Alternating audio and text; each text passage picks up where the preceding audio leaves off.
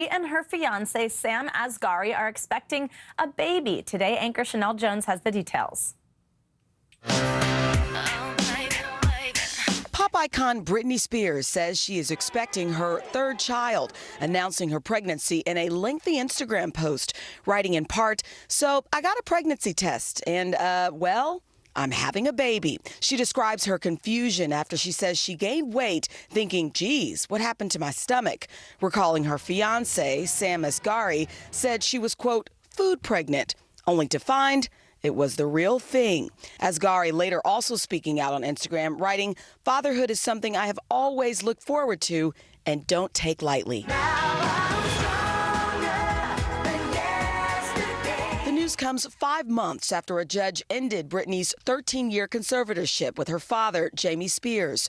The singer describing the arrangement as abusive in an explosive testimony last June, alleging her conservators would not let her get married or have more children, even preventing her from removing an IUD. Since the dissolution, Britney has celebrated her newfound freedom, getting engaged to Asghari in September. Look at that. You like it? And now, with a baby on the way, the singer is confronting her hardships with pregnancy, writing about past, quote, perinatal depression when having her 2 sons with ex-husband Kevin Federline, saying, "I have to say it is absolutely horrible." But now looking forward to the future, ending her announcement, spreading lots of joy and love. All right. Thank you to Chanel Jones for that. Good for them. That does it for this hour of Morning News Now. But the news continues right now.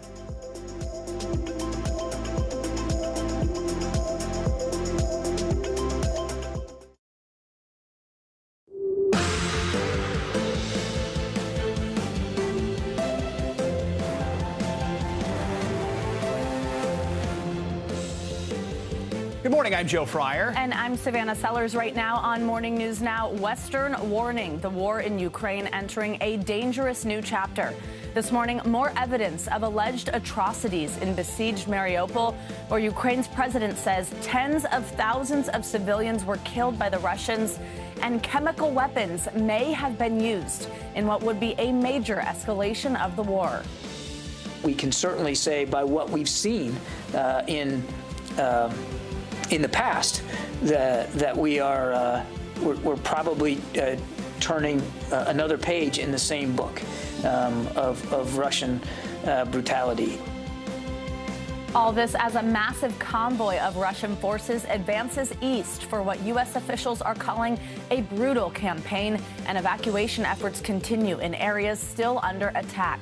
We have team coverage with the latest.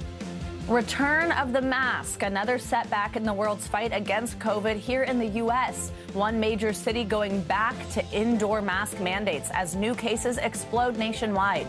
And in China, the entire city of Shanghai under lockdown as infection rates soar. What doctors want you to know. Deflated this morning, low expectations ahead of the latest report on inflation as more Americans cut back on their everyday expenses. We'll show you how higher prices are impacting the way people spend, plus what the White House is saying about fears of a recession. And flying high on this Earth Month, a symbol of support and a call to action, waving in the wind right outside our studios. I'll introduce you to the artists behind these special flags now on display at Rockefeller Plaza and the message they hope to share about climate change. It's a good story we'll bring you later in the hour. We begin this morning, though, with the war in Ukraine, where the Defense Ministry says Russia has nearly completed its troop buildup for a major assault on the eastern Donbas region. That impending offensive is forcing civilians to evacuate from the east, a potentially perilous journey. Officials say 9 humanitarian corridors have been opened today, some of which are in areas that are coming under heavy shelling. Mariupol, the mayor there says more than 10,000 people have died over the past 6 weeks, with fears that figure could rise even further. It comes amid unconfirmed reports that chemical weapons may have been used in the besieged city. Yesterday, Austria's chancellor struck a pessimistic tone following talks with Russia's Vladimir Putin in Moscow. He described the meeting as, quote, direct, open, and tough. We're going to hear from Jason Beardsley, the National Executive Director of the Association of the U.S. Navy, in just a few moments. But before that, let's head to Western Ukraine and our global correspondent, Raf Sanchez. So, Raf, let's start things off with the latest in Mariupol, where the humanitarian situation is so dire. So, are the Russians getting closer to capturing that city? And what more can you tell us about these unverified allegations of chemical weapons being used there?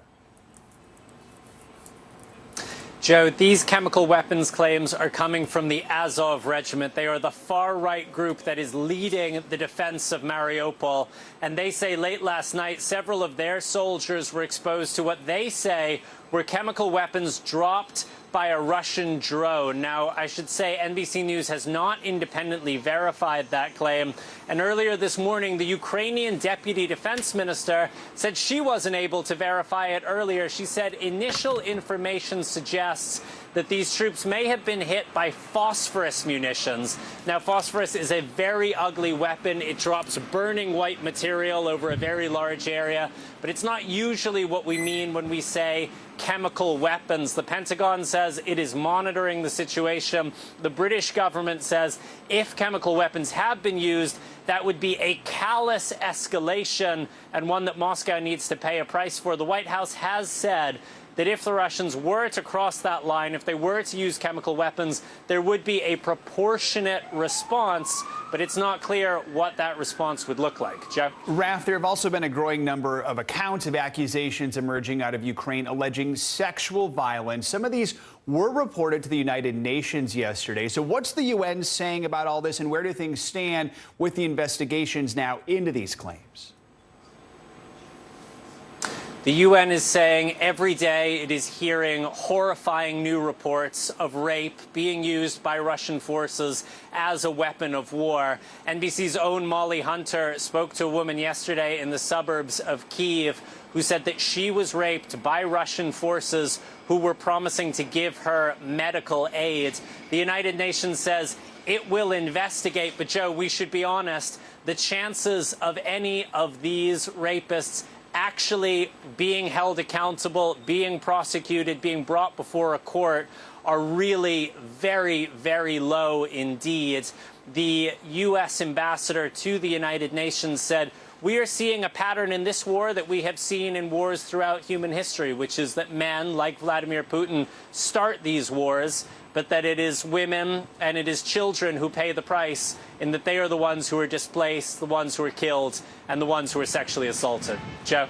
Raf, let's talk a little bit about diplomacy. Austria's chancellor said he was not optimistic after he actually met with Russian President Vladimir Putin yesterday. Tell us a little more about what did come or maybe did not come out of those talks and the impression he got from Putin ahead of this major assault expected on the Donbass.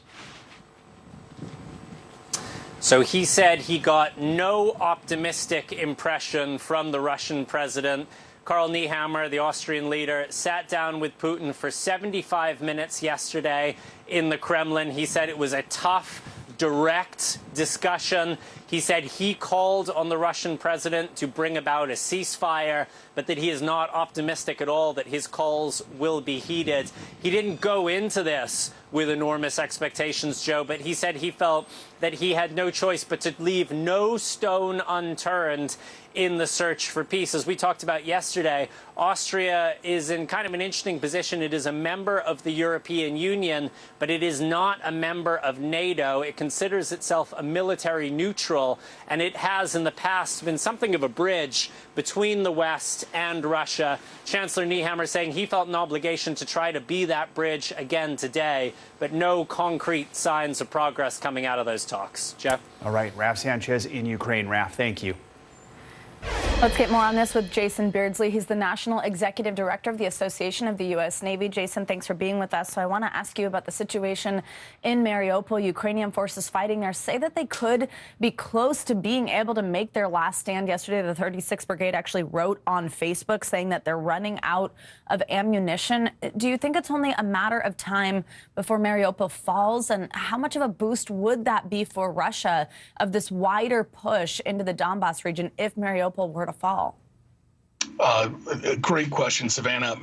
Number one, because Mariupol has been under siege for so long, even if the Russians control it, at least nominally for the time being, that's not going to add much to the campaign right now.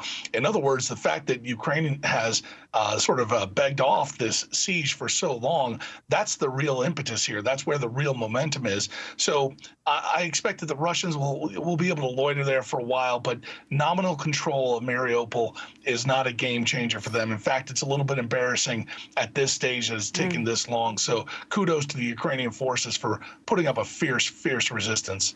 Let's talk about something also that we're hearing about in Mariupol, these unconfirmed reports that chemical weapons might have been used there. First, I want to play a soundbite from Britain's Armed Forces Minister talking about these allegations to the BBC. Let's listen. We are working urgently to understand whether or not chemical weapons have been used. And if they have, as the Foreign Secretary has said, the people responsible will be held to account. The use of chemical weapons is abhorrent. It does cross a line, and all options are on the table for how we would respond.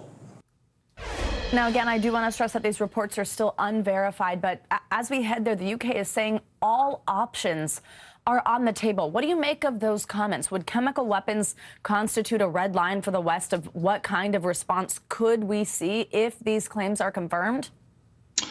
No, actually, I don't believe so. We've seen this before. Syria, battlefields are fraught with a lot of misinformation and a lot of propaganda. It takes a long time, as some of your reporting has suggested, to really verify any claim against that and then to understand who are the responsible parties. That's like a post-military operation activity. It's going to take a while to dig in. Once these weapons have been identified, there's Geneva Convention, there's codes that Western countries will have to look at and determine what they want to do. But as the president has been clear, he has not left on the table options that would suggest that would be a game changer. So we'll have to look for the White House for any different signaling. I think they had to walk back some comments earlier when there was a suggestion that it might be a retort in kind.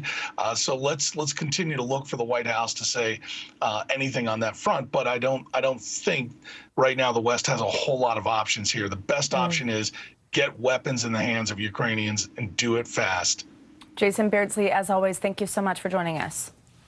A major American city is bringing back mask mandates as COVID cases rise across the Northeast. States like Rhode Island and New Jersey have seen more than a 60% increase in COVID cases in the last 2 weeks. Cases in Washington, D.C. are up by over 75% in that same time span. The jump in cases comes as the White House and the CDC consider extending the federal mask mandate on public transportation, which includes airplanes. That mandate is set to expire in less than 1 week. Let's bring in Dr. Bob Lahita. He's a professor at the Hackensack Meridian Medical School and director of the Institute for Autoimmune and Rheumatic Diseases at St. Joseph Health. He's also the author of Immunity Strong. Dr. Bob, good to have you with us again. So how concerned are you by this rise in cases we're seeing in the Northeast? And do you think the White House and the CDC should extend that mask mandate on public transportation, at least for now? Well, Joe, this is a really hot topic. The number of infections have increased overall by about 6% in the last 2 days. Now, that's probably underreported because most people who get the Omicron BA2 variant are symptomatic with like cold symptoms, so they don't necessarily go to the emergency room or get admitted to the hospital. But there's been, the country is now infected with the BA2, about 72% of people infected. And again, those numbers are low. Am I concerned? No. I mean, the CDC is going to make the decision as to whether indoor mask mandates are going to continue. And we know that there have been attorney generals of many states, 21 to be exact, who have sued the president to get the mask mandates revised and removed. And you remember that April 18th, which is right around the corner, is the date for the removal of mask mandates in airplanes, buses, and trains. That may be reversed. That may not happen. Joe? All right, we'll have to see what happens with that. We're also seeing, one big city is taking matters into its own hands. Philadelphia reinstating its indoor mask mandate after cases climbed by more than 50% there in just the last 10 days. Here's what Philadelphia's health commissioner said about this new mandate. We hope that by having folks masked up whenever they're in public indoor spaces, we can get ahead of the wave and keep it from reaching a peak like we saw in January with the Omicron variant. If we can do that, we can literally save the lives of vulnerable Philadelphians. So, Dr. Bob, is this a good idea? Do you think other Northeast cities that are seeing these rises in cases should do the same? This is going to be very, very difficult, Joe. You know, people are tired of mask mandates. They're tired of trying to mitigate the best of these infections, which are really now beginning to soar again. Now we're entering the spring and the summer. I think we're going to have significant resistance to continuing the mask mandate. We'll see what happens, but large cities are really taking heed and reconsidering the whole business of wearing masks indoors. And Dr. Bob, we've seen cases soar in cities across China recently, especially in Shanghai, which has some of the strictest lockdown measures in the world. Does this show that lockdowns are ineffective, it's slowing the spread of COVID right now, and that perhaps other measures are more effective? Quickly on this one. Yeah, 26 million people in Shanghai, greater than 25,000 cases, new cases. They have zero tolerance. They do not want to continue to be isolated. They can't get food. Their children are being separated from the adult parents, etc. So it's not playing well in China. It's very, very much causing an unrest of sorts. We're going to take a deeper look at that next hour. Dr. Bob Lahita, thank you so much as always. Appreciate it. Let's get a check on your morning news now. Weather. Michelle Grossman joins us this morning. Hey, Michelle, good morning.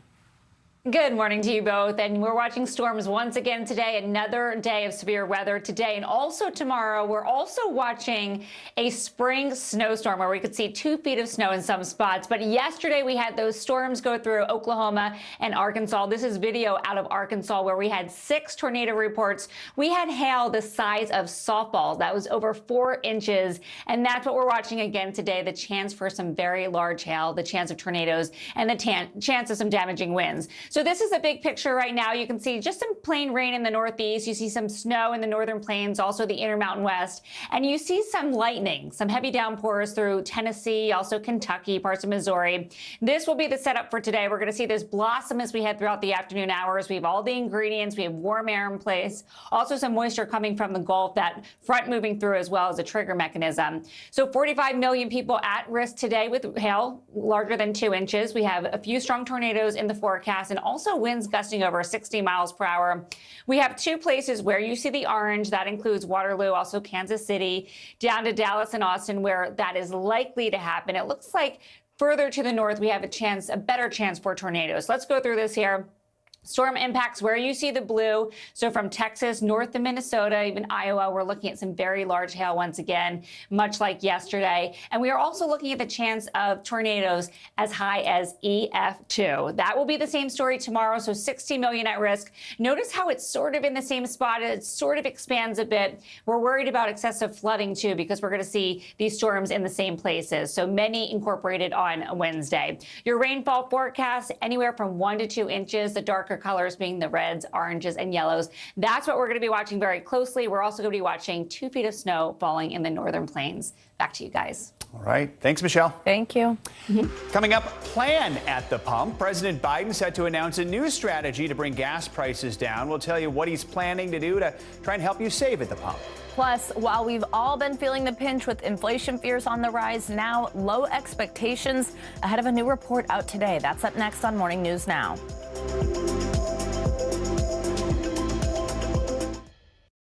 All this month, how urgent is our position as far as our climate's concerned? Exploring innovative new steps to save our wildlife. We're going to go find some and protect our planet. Only on Today. Let's go. Critical choke point for this fire.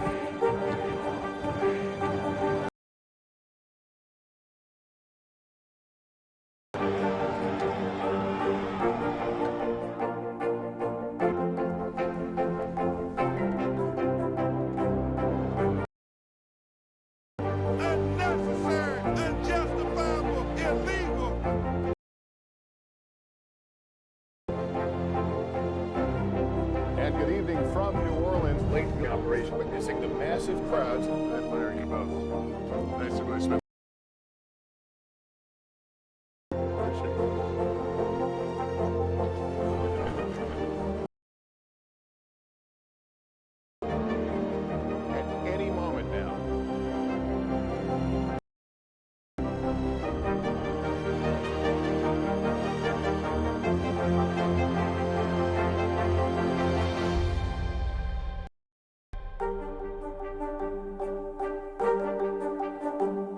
NBC News, streaming free now.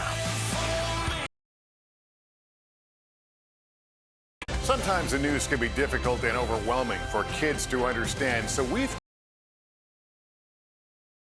newscast just for them. We hope your family will watch Nightly News Kids Edition. Live from Ukraine, from Mayfield, Kentucky, from Waukesha, Wisconsin, to news, you have to be in it. This is how so many towns and cities are protecting them. You can actually see they're pushing the gates open. I also want to get home. Home. You'll get home. Do you remember any tornado as bad as this one? You look at this. We're not going to have power for weeks, if not months. Exactly. Every night, it's your playlist. Top Story with Tom Yamas. Weeknights at 7 on NBC News Now. Good morning, everybody. Welcome to Today. Future's looking bright. Time yourself an entire body reset. Okay, let's go. The new approach to planet. Simple life swaps, great for the environment. We're celebrating great. Redefining what it means to be a family. They say it takes a village, and you guys actually create a village. We are ready, ready, ready. We got a little spring in our step. Spring! This is quite the spring break crowd.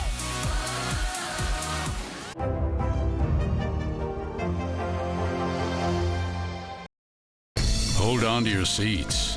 The Thing About Pam is the chart-topping Padres from Dateline and Keith Morrison. A strange story and a career of stories. All episodes are available now, wherever you get your podcasts.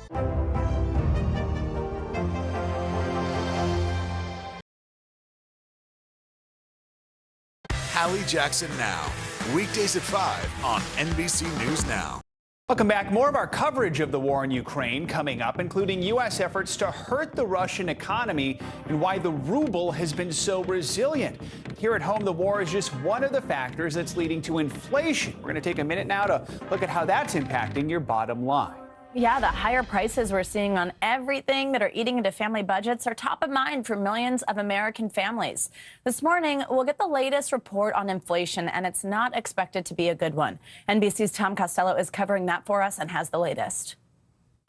Hey guys, good morning. You know, we are already feeling it in our wallets every single day. We're about to see it, the stats in black and white. The Consumer Price Index is a gauge of what's happening, how much we're paying for goods and services, already at a 40-year high. We think it's about to get even worse. Whether you're filling your gas tank or the grocery cart. Prices have gone up. Their overall grocery bill has gone up. From paying the rent to dining out. We used to eat out like once a week or something, and we hardly ever do that anymore. Inflation is taking a big bite out of Americans' everyday budgets and savings. The latest report out this morning is expected to show an 8.4% spike from a year ago. That would be the highest since December 1981, when Raiders of the Lost Ark was #1 at the box office, Ronald Reagan was president, and unemployment was pushing 10%. But the causes of inflation today are far different. A post-pandemic economic boom, the global supply chain still struggling with China in another COVID lockdown, and the war in Ukraine sending food and energy prices even higher. We went into Russia's war with Ukraine with high prices already. That has exacerbated the problem. The White House bracing for the report. We expect March CPI headline inflation to be extraordinarily elevated due to Putin's price hike. There is good news. Gas prices, now at $4.10 a gallon nationally, are down 23 cents from a month ago, with the U.S. and other countries tapping their oil reserves. Meanwhile, the Federal Reserve is trying to attack inflation with the first interest rate hike in 3 years and as many as 6 more to come, raising the cost of borrowing to slow the economy. We understand that high inflation imposes significant hardship. But economists warn the Fed also runs the risk of tapping the brakes too hard, pushing the economy into a recession. Definitely an elevated probability of recession right now, depending upon how far the Fed has to go and whether or not we get any relief. But with unemployment now at a very low 3.6%, the White House is pushing back on the recession talk. We believe that the economy is strong. You know, typically the Fed likes to see inflation running at about 2% a year. We're now running at nearly 4 times that level. The Fed is always looking for the so-called Goldilocks economy. Not too hot, not too cold. Right now it's very hot. The key is to chill it without putting it into a deep freeze. Guys, back to you. All right, Tom Costello, thank you. So yes, you are paying higher prices for just about everything, but let's focus on that glimmer of good news that Tom just mentioned. Gas prices are actually down. Again, AAA says the national average price for a regular gallon of gas is around $4.11 this morning, down from $4.33 a month ago, but way up from a year ago when the price was about $2.86 a gallon. That's why President Biden is traveling to Iowa today, where he's expected to announce new steps to help ease the agony at the pump. NBC News correspondent Josh Letterman joins us now from Washington. So, Josh, gas prices have fallen slightly. That's good news, but they're still very high. Well, the president's approval rating is quite low right now. So what are we expecting to hear from him today during this trip to Iowa? Well, Joe, often the president will travel to a location outside of Washington when the White House has good economic news that they want to put on display. Today is sort of the opposite. In fact, it is because of those dire inflation numbers that Tom Costello was just talking about that the White House is bracing for, that they are trying to put President Biden out front today to get ahead of this news and be able to explain it directly to the American people so that he's not blamed for being out of touch or for mishandling the economy, as those poll numbers that you cite show that Americans, by and large, are not trusting his handling of the economy. And first and foremost on the minds of so many voters and Americans is those gas prices. And so the president today, while in Iowa, will be announcing a change that will allow gas stations to sell what's called E15 fuel during the summer months. This is a biofuel that blends in ethanol, which comes largely from corn products. That is normally not allowed to be sold during the summer months, but it's a little bit cheaper, about 10 cents a gallon cheaper than normal gasoline. And so the White House hoping that by making an exception this year to allow that to be sold during the summer months, they will give consumers and drivers a little bit of a break right now to bring those gas prices down even farther. So, Josh, yeah, let's talk more about E15. That 15 stands for a 15% ethanol blend. Why is it not sold year-round? What do we know about it?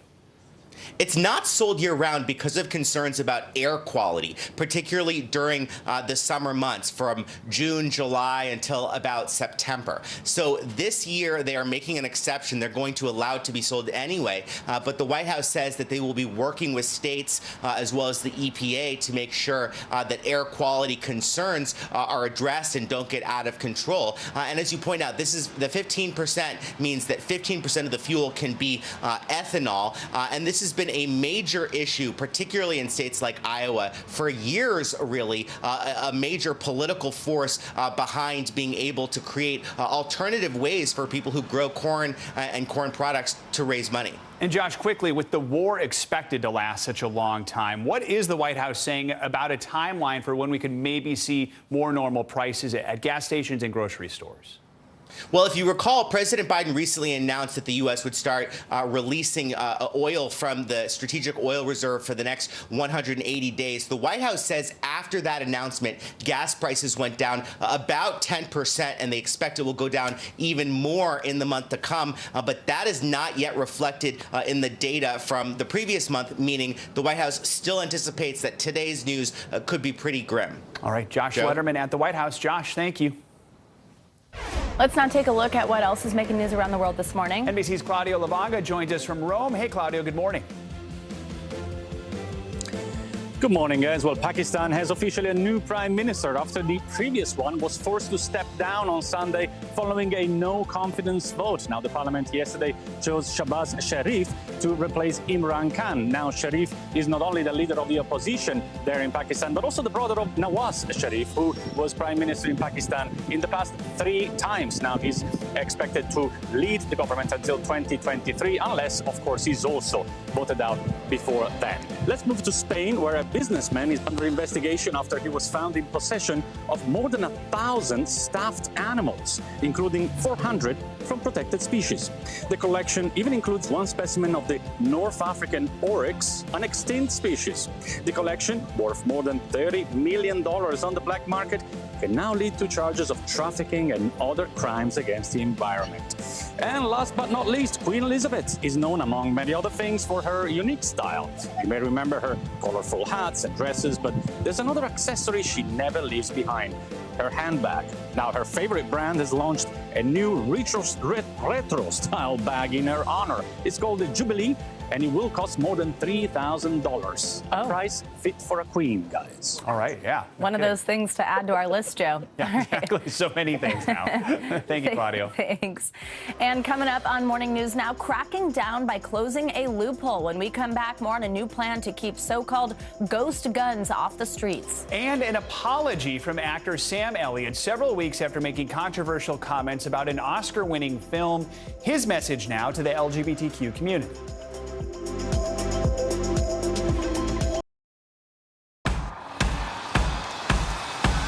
News is happening.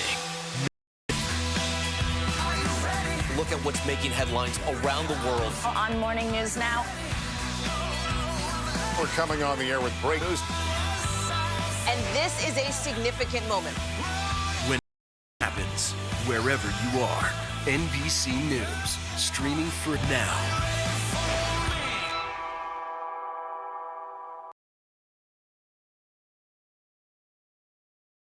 Sometimes the news can be difficult and overwhelming for kids to understand, so we've created a newscast just for them.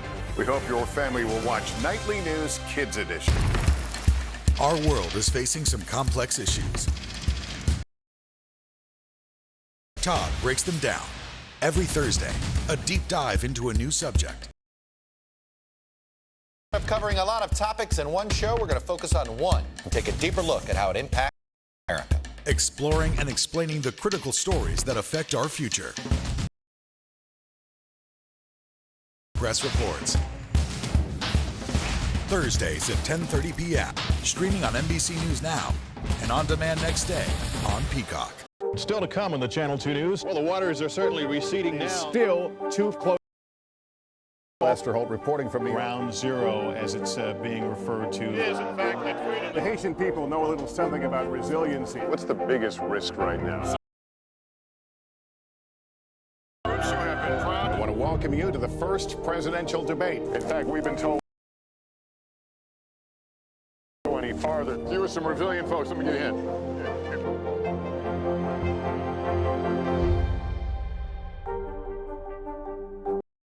Sometimes the news can be difficult and overwhelming for kids to understand, so we've newscast just for them. We hope your family will watch Nightly News Kids Edition. NBC News, streaming free now. Now Tonight with Joshua Johnson. Streaming weeknights at 8 on NBC News Now. Good morning, everybody. Welcome to Today. Future's looking bright. Time yourself an entire body reset. The new approach to planet. Simple life swaps, great for the environment. We're celebrating greatness. Redefining what it means to be a family. They say it takes a village, and you guys actually create a village. We are ready, ready, ready. We got a little spring in our step. Spring! This is quite the spring break crowd.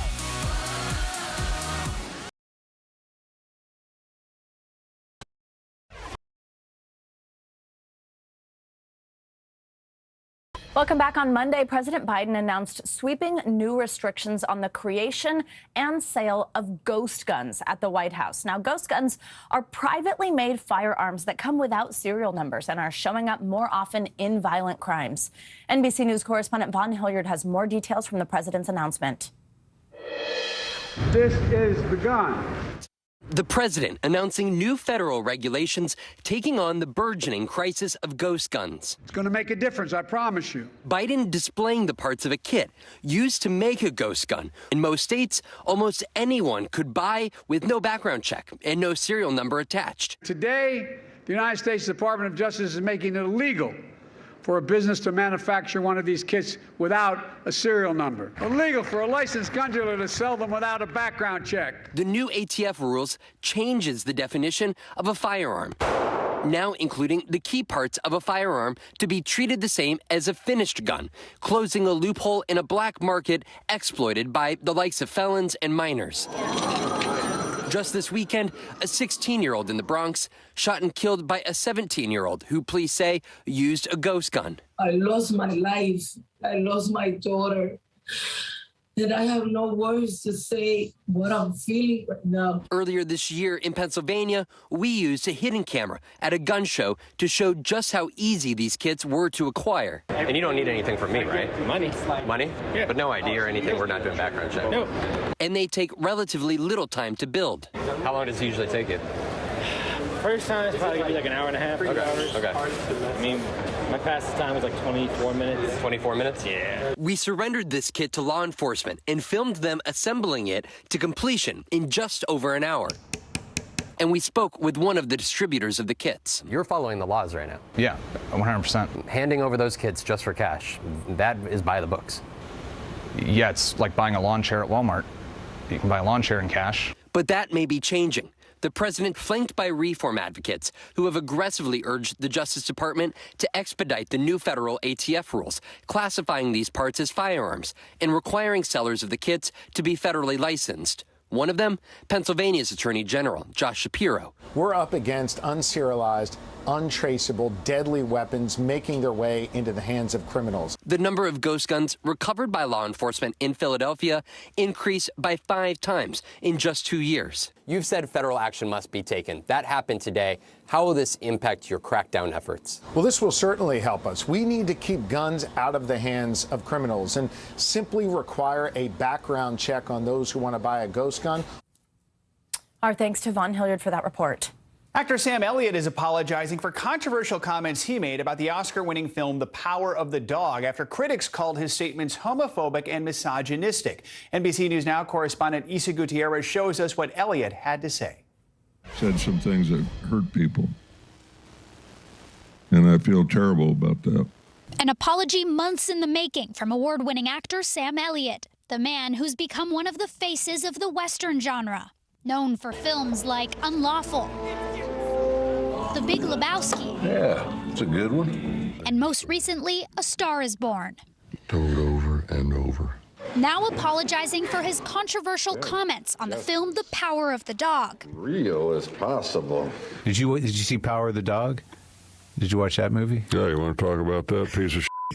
Oh, no. You didn't like that one?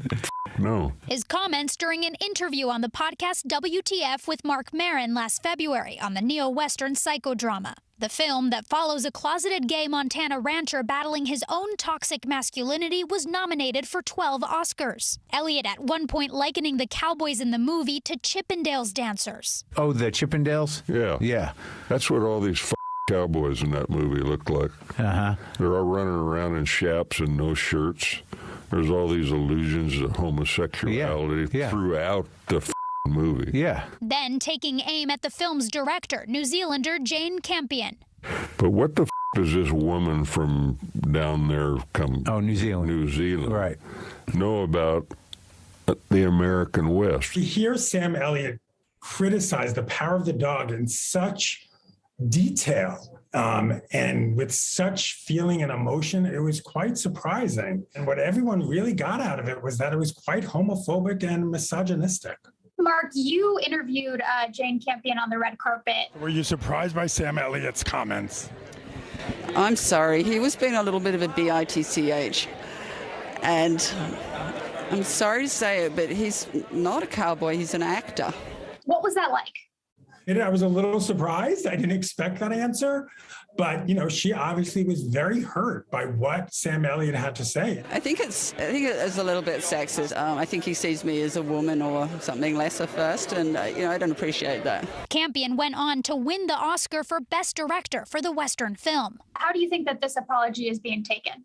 I think a lot of people believe it's a little, late. Why didn't he say this when he first said comments? But he did give some heartfelt remarks about how much the gay community has meant to him in his career. And I'm sorry that I hurt any of those friends and someone that I loved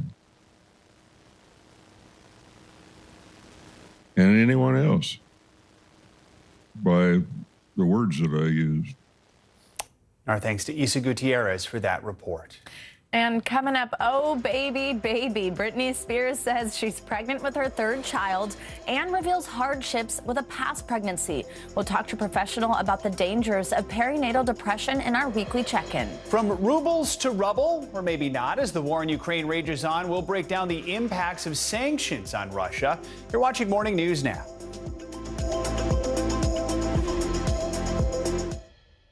News is happening now. Look at what's making headlines around the world.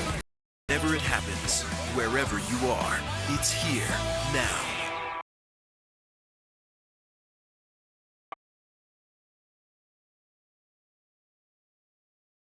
NBC News, streaming free now. Our world is facing some complex issues. Todd breaks them down. Every Thursday, a deep dive into a new subject. Of covering a lot of topics in one show, we're going to focus on one and take a deeper look at how it impacts America. Exploring and explaining the critical stories that affect our future.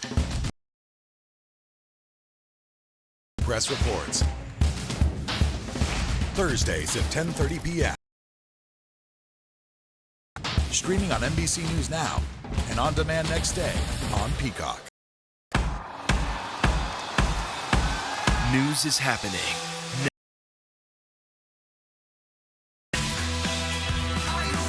Look at what's making headlines around the world. On Morning News Now. We're coming on the air with breaking news. And this is a significant moment. When it happens, wherever you are, NBC News, streaming for now. Live from Ukraine, from Mayfield, Kentucky, from Waukesha, Wisconsin, to news, you have to be in it.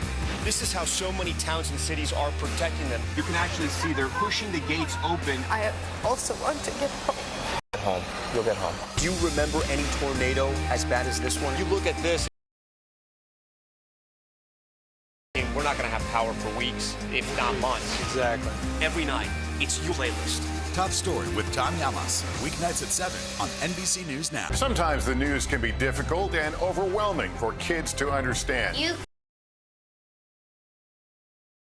Russia, could you help me understand what's going on? So to help make sense, created a newscast just for them. We hope your family will watch Nightly News Kids Edition. Sometimes the news can be difficult and overwhelming for kids to understand, so we've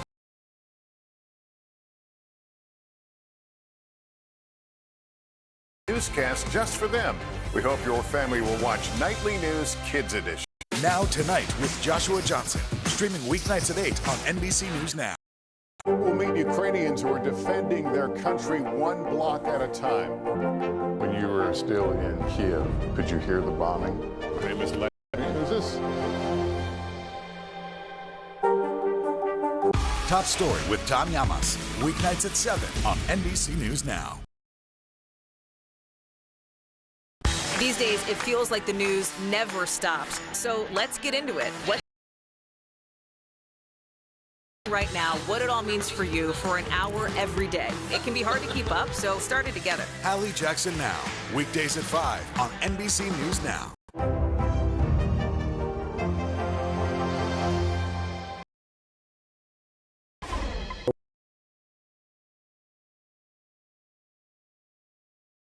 Him down and find him and try to find out why he engaged in this shooting on the subways in Brooklyn during the morning rush. That's the very latest I have. Law enforcement sources have confirmed with you no explosive device found there in the subway, because we had heard reports, but you did mention, of course, the chaos of this sort of thing could have a lot of people confused. So would that mean that they don't think anything, any kind of smoke, if you will, or anything was thrown or placed in such a way that would create even more confusion? Those were the initial reports, so they were working off, obviously, what people had said and the very chaotic scene when they arrived.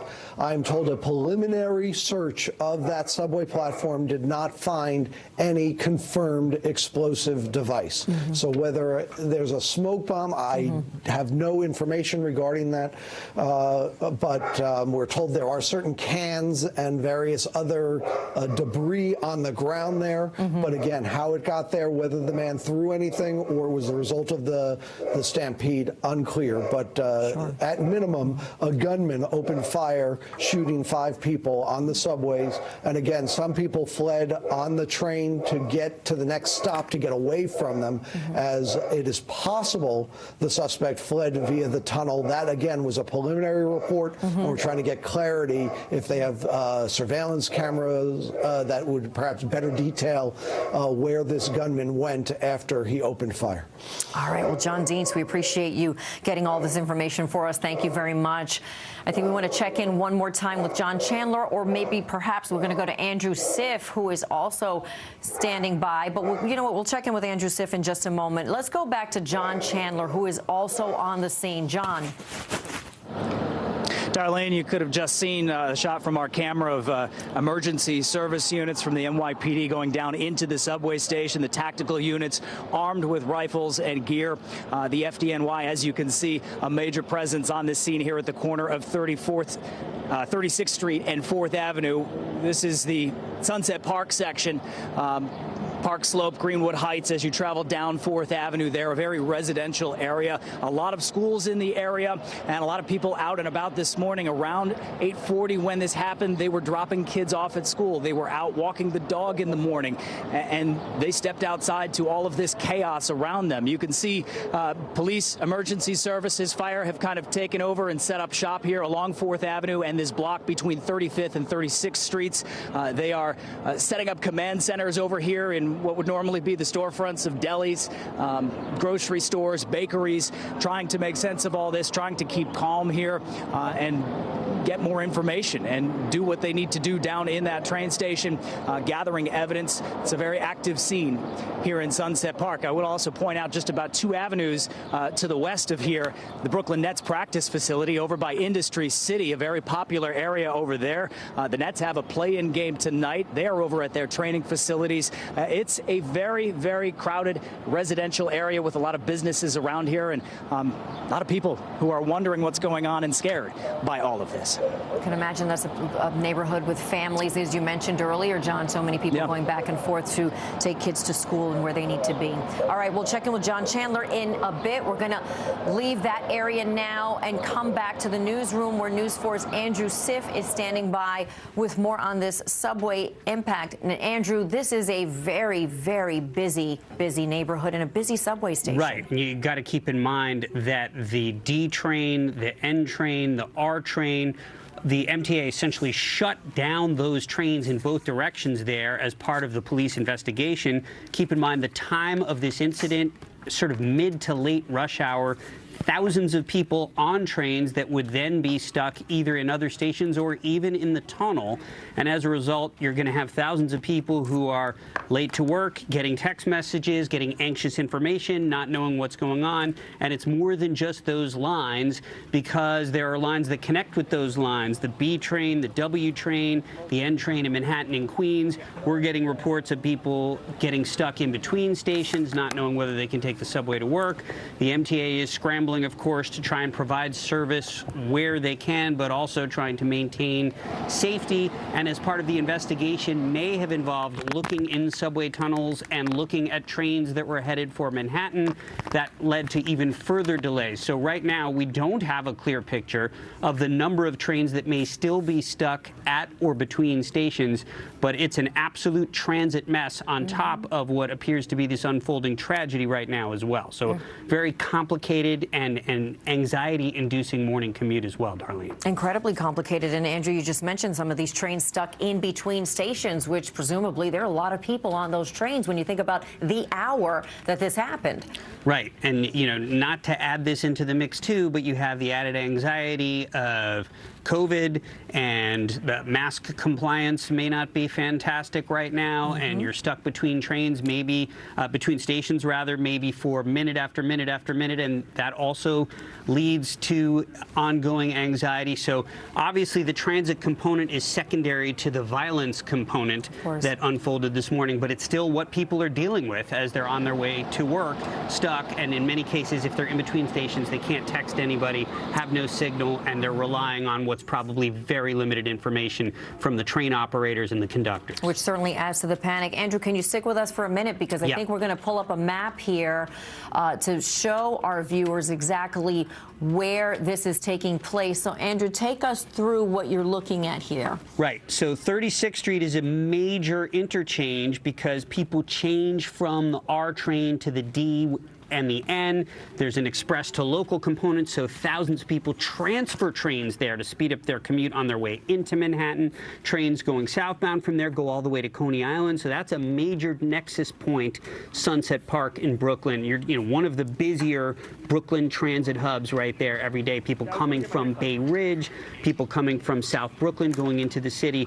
And when you consider the sheer numbers, even with MTA ridership barely above half of what it was right now, what it was pre-pandemic, you're still talking about incredibly crowded conditions at this hour on the platform and on the trains. I know where to go at that point if you're stuck on those trains. Right. Andrew, we appreciate you reporting there. Thank you very much. Let's go back to the scene now. Sunset Park, Brooklyn. Busy, busy scene. As Andrew mentioned, News 4's Miles Miller is there on site with new information. Miles.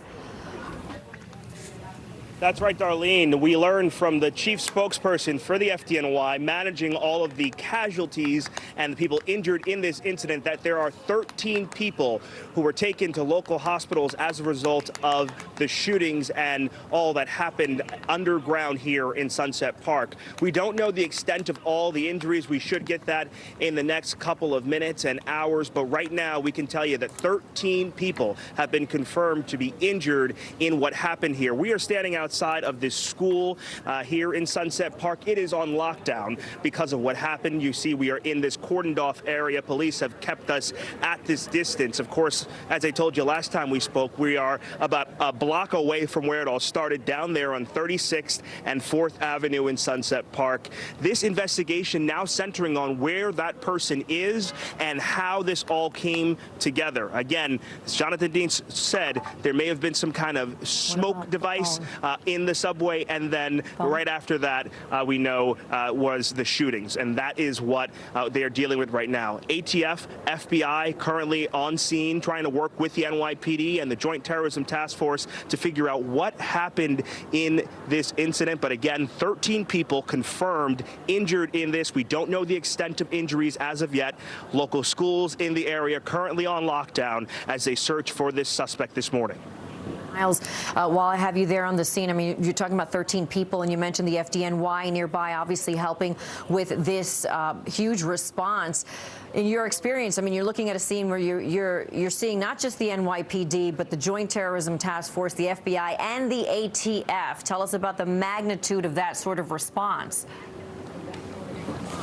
Yeah, they plan for something like this every year. They go into a subway terminal and subway tunnel and try to figure out if there was an incident like this, how they get people evacuated, and then how they do the search and rescue operation, and then how they do the work of looking for the person who's responsible for this. So they're very familiar with these subway tunnels. They're very familiar with extrication in these tunnels. And so they came on scene today. Rescue task forces here from the FDNY, along with the rescue medics. They can go in. They've got bulletproof vests. They've got the helmets on and going in there. And if there is a threat, they can still work on people. What we know from what we've seen in the images that have come out is that people have been applying tourniquets on the people who were shot in order to stem the bleeding. That is crucial in incidents of trauma like this to make sure that people don't bleed out, that they can make it to the hospital, and that they can be saved in incidents like this. Again, Darlene, 13 people injured. We don't know the extent of those injuries. Maimonides Hospital not far from here. Methodist not far from here. So they were able to get to the hospital quickly and get the help that they need. All right, Miles Miller reporting from the scene. Miles, thank you very much. Let's head back to Jonathan Deans, our chief investigative reporter. John Deans, who has some new information. Yeah, Darlene, just to clarify something you were asking me before about devices and smoke bombs. So we spoke to a couple of more sources, and it appears there was perhaps one smoke grenade device thrown, to cause distraction, confusion with the smoke, but there's no improvised explosive devices found on the platform or in the subway at this time. So one smoke grenade, if you will, and then the shooting that took place. And you're hearing from Miles, 13 people being treated.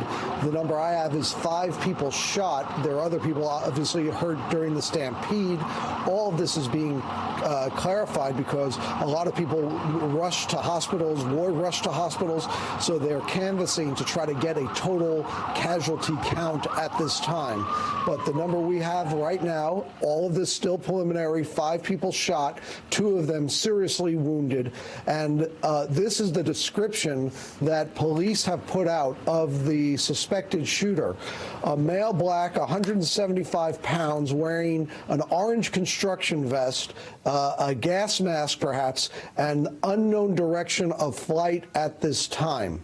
So that is what the NYPD has put out as they search for this suspect, and you can be sure they are canvassing surveillance video in and around the area to try to get clear image or images of this suspect to circulate quickly, so that if anyone can identify him, that he can be apprehended. Because again, right now you have a gunman who shot about 5 people on rush hour subway train during the rush hour, and he is on the loose. So the search very much on. FBI, ATF, HSI all on the scene assisting the NYPD in this shooting incident on the subways this morning in Sunset Park, Brooklyn.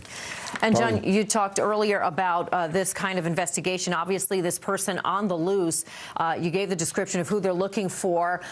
Black male, 175 pounds, wearing that orange construction vest, not known what direction or where he is at this moment. But this coordination, John, that you and that Miles have mentioned with the ATF and the FBI, the NYPD, I have a law enforcement source telling me they're combing the tracks right now, looking for any other evidence or whatever may have been left behind. But talk to me about this coordination at this point. Who takes the lead?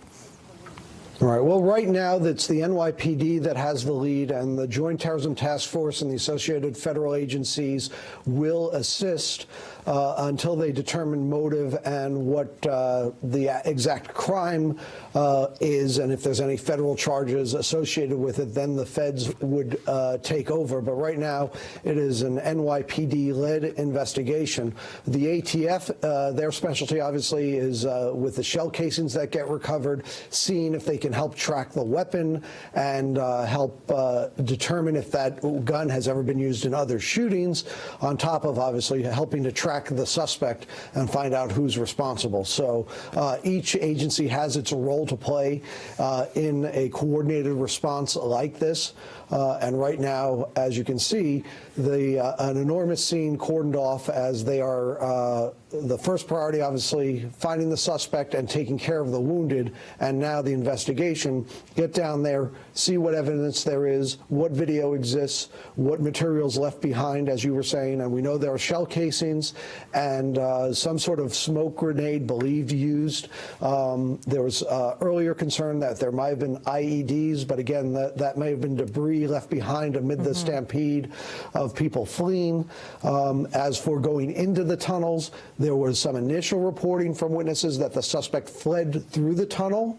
That we do not have that confirmed, but the search underway. And again, because of that orange construction vest and the clothing he was wearing, he appeared to be some sort of official uniform there. Whether he's an actual employee or just was disguised as one, too soon to know, and they won't know until they find him. Certainly. And how, Jonathan, how quickly are they able to determine what kind of weapon was used in this particular attack? I would think, based on any video and the shell cases they find, they may have a pretty good idea, along with witness accounts. No one has told me whether, what type of handgun, if that's what was used. I will try to get more details on the type of weapon. But again, it is still pretty early on. What are we, an hour and 25 minutes into this? Right. And they are still sorting through, and priority number one is finding this guy. Most definitely. All right, John Deans, we appreciate that. Thank you very much. Let's head to the phone right now. Former NYPD Chief of Department Terrence Monahan on the phone with us this morning. Chief, good morning. Good morning, Darlene. What can you tell us about what information you've been able to ascertain, or what exactly goes into this kind of response? This is a major response. All you have to do is take a look at the scene. I mean, the entire police department, between our counterterrorism units, intel units, the ATF, the FBI, everyone is going to be out at that scene trying to figure out exactly what happened. Reports are going to keep coming in. Everything's preliminary. As we talk, things change.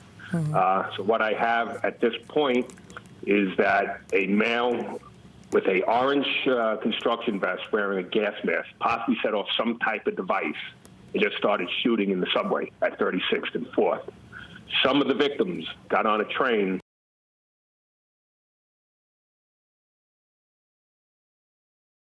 involved. The male fled, not sure exactly whether he got on another train, whether he fled up top. That's still something that they're going to be looking through video at this point to try and ascertain. I'm getting reports that there were some undetonated devices recovered. Not sure how many at this point in time. This is an extremely active investigation with multiple law enforcement units working hand in hand to try and solve this.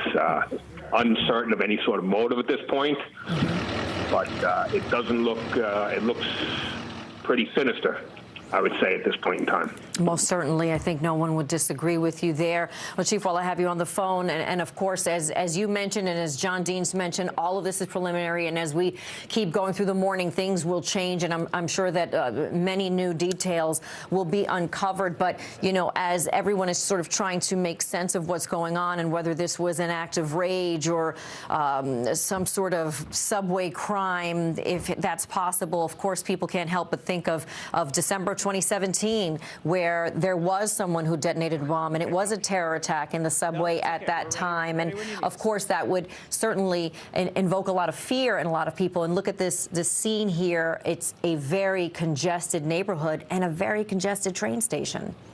Well, this is something that we always feared in the NYPD. Someone walking in with a gun into a crowded train station during rush hour and just opening fire. This is going to take a lot of investigation, but you have the greatest investigators in the world working on it.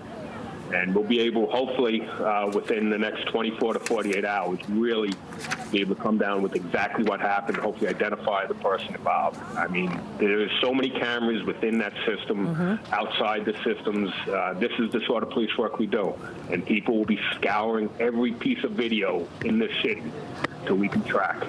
That's how we've found 90% of our major incidents is off of that video. If you go back to the Chelsea bombing, all done off of video work and the great cooperative effort between the FBI and the NYPD.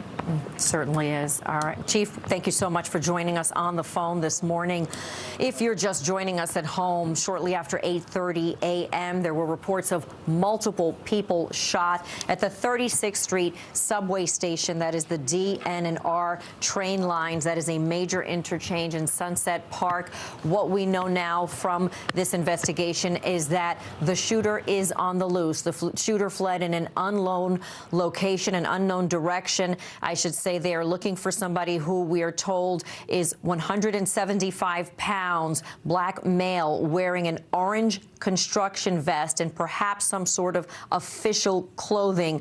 It's unknown where it is that he went, what the motive was. We have multiple people injured, 13. The extent of the injuries not specifically known, but multiple people were shot, and we've seen very disturbing photos of people in the subway applying tourniquets to each other to to try to stem that blood loss. We had heard that there were other subway stations involved. What we've learned now is that when this shooting unfolded, some people actually got on the subway train and fled to the next station and got off there. So you can only imagine the confusion and the chaos that was caused. And we're looking at one of these photos now. There are people on the subway station helping each other and trying to apply those tourniquets. So we have a mass casualty incident, multiple people shot this morning during the morning rush hour in the train station there at 36th Street in Sunset Park. What we know now, the response, the ATF, the FBI, NYPD's Joint Counterterrorism Task Force, all with multiple agencies involved, a massive, massive mobilization at this hour. We want to bring back Chief Investigative Reporter Jonathan Dienst with some new information. John. Now, the very latest we have, and again, it's all preliminary, but the latest information we have is that 5 people have been shot, 2 of them seriously injured in this shooting this morning that took place during the morning rush. There are some reports that the suspect may have thrown some sort of smoke bomb or smoke grenade in the subway as he was carrying out this shooting attack, and then he fled that 36th Street subway station. Unclear which direction. We've heard reports he jumped in the tunnel. We've heard other suggestions that he just ran out onto the street. So the search for that suspect is ongoing. The motive for this shooting incident is unclear. Why he opened fire on commuters during the morning rush, we have not heard any sort of explanation. Investigators are speaking with witnesses, trying to sort through everything that took place. They're also going through surveillance cameras to try to see if they can document and get a good image of the suspected shooter. There you see a photo of some of the wounded on the ground, as well as a live picture of many of the responding units at the scene. But as of now, the suspect has not been caught. And again, he is described as 5'5", 5'6", about 175 pounds, armed with some sort of armed with a gun, perhaps carrying some sort of construction bag or sports sack as well, and that it is a lone gunman who they believe is responsible for this incident on the subway this morning. And the search is very much underway. NYPD has the lead with FBI, ATF, Homeland Security Investigations all on scene assisting. FDNY helping treat and evacuate many who were wounded. Miles Miller, my colleague, has the number at 13, which is about 5 people then shot and 8 others injured in the stampede. And they are canvassing hospitals to try to determine if others self-evacuated and went to the hospital for treatment on their own. So the numbers can and will change. They may go up, they may go down as police sort this situation out. Again, there were some very early initial reports that 2 subway incidents were underway, but as you explained, Darlene, the shooting incident happened in one, and then some people fleeing took trains to the next stop to try to get away and get out to safety. The good news, no fatalities as of now. Again, the 5 people who are shot, these are injuries, although 2 of them, we are told, are in serious condition. That's the very latest. Back to you. All right, John, we appreciate that. That was our Jonathan Dienst reporting there. We'll check back in with him for sure. We want to head back to the scene. News 4's John Chandler is there on the scene. John, I don't know if you got to hear Chief Monahan talking just a few minutes ago, but what he was saying to us is this is something we always feared in the NYPD, somebody walking into a crowded subway and opening fire. And as you mentioned earlier, this was during rush hour. Darlene, I did hear Chief Monahan's comments there, and yes, this is a rush hour time. This is a very busy residential neighborhood, and at that hour of the day, there were a lot of people, myself included, who are out dropping off kids at school, making sure they get to work, out and about already for the morning. You did mention that you were hearing from law enforcement sources that they were combing through the tunnels of the subways, potentially looking for devices. I can confirm from law enforcement sources here on the scene that that is in fact what they are doing right now. We were down at 36th and 4th, right by the subway stop by the stairs as you come up from underneath onto 4th Avenue. They moved us back a block for that very reason, explaining that they are underneath us right now, patrolling through the area. So just to be safe, they have moved everyone back a block. That could extend. They could move us an additional block or more blocks as they continue to patrol underneath us in the subway station and in the tunnels that are underneath us. I want to pan around here and give you an idea of this neighborhood. I mean, there's an elementary school right there, PS 24, about 6 blocks from the scene to the north is another elementary school. Again, it is a very residential neighborhood, and that is a terrifying ordeal that parents have to go through as their kids are dropped off. Just yesterday, I was supposed to get on this subway line to go take my kids on a field trip to the aquarium. It is a heavily trafficked line, and at that time of day especially. It's just very concerning, as you see, for all the residents who have stepped out of their homes, stepped out of restaurants and coffee shops and delis along here to just kind of get a glimpse of the scene and see what is going on and see if they can get any information. A lot of concern and a lot of fear in this neighborhood right now this morning, Darlene.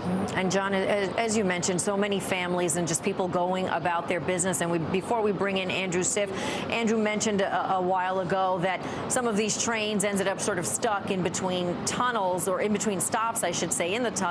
And that means no communication, no cell phone service. So I could only imagine the fear in you as a parent and as somebody who's in the neighborhood thinking about not being able to reach somebody that you know who may be stuck. Yeah. Well, and that is why law enforcement officials are going down into those tunnels. They're trying to get to people who are in those trains. They're trying to not just look for clues and look for any more potential threats of danger, but they're also trying to get to those people who are on the trains and make sure they know at least that they are safe and try and clear this scene as much as they possibly can. But right now, you could see, looking straight down 4th Avenue. I mean, it was 10 blocks blocked off when I got here, down to 26th Street. You can see it extend far down 4th Avenue to the north as you approach Greenwood Heights through that neighborhood, and then Park Slope and the Gowanus neighborhoods as it borders 4th Avenue. So an incredibly active, massive response here from law enforcement and first responders here this morning, Darlene. Certainly a massive, massive response. All right, John Chandler there in Sunset Park. John, thank you very much. News 4's Andrew Siff is in the newsroom with more on this subway impact. So, Andrew, it's not so much of an inconvenience, which, of course, we want to let our viewers know what kind of alternate plans they should be making. But you were talking about people being stuck. Right. And we don't have a clear picture at this hour how many trains might have been essentially frozen in between stations. And the reason for that is typically, if it's not an emergency, but say there's a signal problem up ahead or there's a brakes problem, the MTA is able to communicate with train operators, and they try to hold trains in stations so that, excuse me, if the situation unfolds more seriously, they can let people off the train. But in this case, because it's an emergency, there are trains, no doubt, in between stations, and that's where the communication becomes so difficult. You can see on your screen there, W train service suspended, major delays on the B, the D, the F, the N, the Q, the R trains. You're coming up on close to half the lines there. And again, while this is primarily impacting the 3 trains that stop at 36th Street in Brooklyn, the D, the N, and the R, all of those trains intersect with so many other lines for folks who are going from Brooklyn to Manhattan, this unfolding right in the middle of the morning rush. So you're talking about thousands of people having to scramble transit-wise, the MTA advising people to take alternate lines or a bus route. Excuse me for a second. I should also point out that if you're heading to work now, there are people who start their day later. There are subway lines that are running, but it might be advisable to rely on a bus or to walk if you can, because there's just so much uncertainty with regard to the information as it happens and unfolds right now. Thank you. All right, Andrew Siff, we appreciate the report. Andrew, we want to check in now one more time with former NYPD Chief of Department Terrence Monahan. Thank you so much for being with us, Chief. You know what, I think as we wonder, and the city now gripped in fear because this person is on the loose, is there any new information about this investigation? Right now, again, all the units are working together. They're tracking down every piece of video that they can find, looking for witnesses. you have the greatest investigators right now. As of now, they're still trying to identify who it is, trying to get a picture out. Once we get that picture out, we'll be able to move a lot quicker. I'm confident that you're going to see some quick response, some quick identifications in this case. You know, the joint efforts, you know, the FBI is there, the ATF, along with all the NYPD units. It is going to be a top imperative to identify this individual and grab him as quickly as possible so people feel safe getting back on that subway. Most definitely, because, Chief, as you can imagine, people are very fearful right now. How long do you think, and what goes into the investigation in terms of trying to figure out what kind of weapon this man has or had on him? At this point, they're recovering the shells. Crime scene will be out there. They'll be recovering the shells. They can identify that weapon very rapidly. Whatever devices he had, I'm sure they've already been recovered. Either our bomb squad or techs from the FBI currently or ATF are looking at them, identifying exactly what type of device that is. This is well underway in the investigation. These pieces are probably already known by the NYPD and FBI investigators, and they're just moving along at this point. We've shown in these sort of cases the results usually happen fairly quick. They certainly do. Yes, we have seen that. Now, Chief, tell us about your gut and what your thoughts went to when you heard some of these details that this person reportedly wearing an orange type construction vest, dropping what could be a smoke grenade, and then to start shooting. What were your initial thoughts when you heard that? I know you mentioned how this is something that's always been one of the worst fears in the NYPD, is somebody doing something like this, but the specifics of it, the vest, the smoke grenade. It sounds like a well-planned terrorist type attack, is what it sounds like. It doesn't sound like it's something random that just happened. It was someone, for some reason unknown at this point, decided to do a attack on innocent civilians at a train station. Yeah. That's what it sounds like. I mean, we'll see what happens as this investigation moves on. It could change, but initial gut reaction, and that's why you're seeing such a massive response over there from every city agency. Until we can find out something different, that's got to be the belief. Most definitely. All right, Chief, thank you very much. Thank you for joining us. Of course, we will get back to you if you have any more information to share. Thanks. And we're going to check in now with Miles Miller, who is live at Sunset Park. Miles, good morning. Darlene, good morning to you. Just spoke with a source at One Police Plaza who tells me that what this appears to be is that there were 5 people who were confirmed to be shot.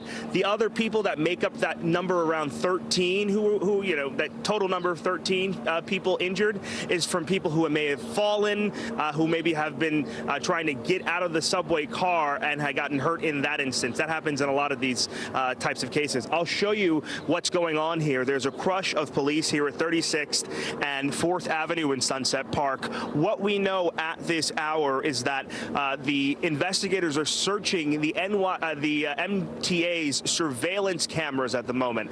There are 472 stations. Each of them, since 2021, have been equipped with cameras to be able to see who is entering and exiting the subway station. They will figure out where on the line that person, who apparently was dressed with an orange vest, entered, and then they'll figure out where that person egressed. They'll look at any MTA card data, so MetroCard data, to see maybe where that person started their trip, and then from that they'll figure out where they went. So that is what's going on right now. Again, 2 schools in this area, they're both on lockdown. All right, Miles, thank you very much for the update there from the scene. Also on the scene, News 4's John Chandler. John. I'm working every day. Hi, Darlene. Good morning. We've been telling you about the residential community in and around here that is frankly terrified by all of this. And at that time in the morning, we're out and about, going out to drop their kids off, to make runs to the grocery store, walk the dog, whatever the case. Joanna here lives right in the neighborhood. Joanna, you were dropping your child off at PS24, the elementary school right here. My name is Joanna Morales. This morning I bring to my daughter in the school in the PS24, and I'm very scared because I saw a lot of people running for, I say, oh, what happened? And I need to go in for the school because I need to pick up the one paper, and the police say, oh, the school is closed because something in that train. And I'm going to walk the train because I need to take the train for, I go to that some place, and I see a lot of people running, a lot of people and in chat and scared and say, oh, what happened? I saw a lot of police, and so I listened to somebody and killed to the person, and I saw a lot of people go out, and a lot of bleeding in the leg. I see a lot of ambulance. I don't know. I'm very scared because I don't know what happened in the train. That had to be terrifying for you. Yes, it's terrible. I live in I live in the 40th Street for almost 14 years, and the first time I see that situation. Just 3 blocks away, you live on 40th Street. Yeah, 3 blocks. PS 24 right here behind us is a block away from that subway entrance at that subway station. A lot of people who go to that school may take the subway to get to this school in the mornings. Yes, every morning, and that train station is very crowded because this is very close for everyone. Yes.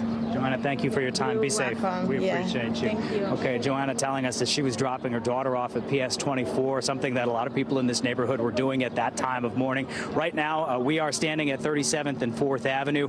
We may still be pushed back, as I mentioned in my earlier report, because they're still working underneath us through the subway tunnels to make sure that that is clear.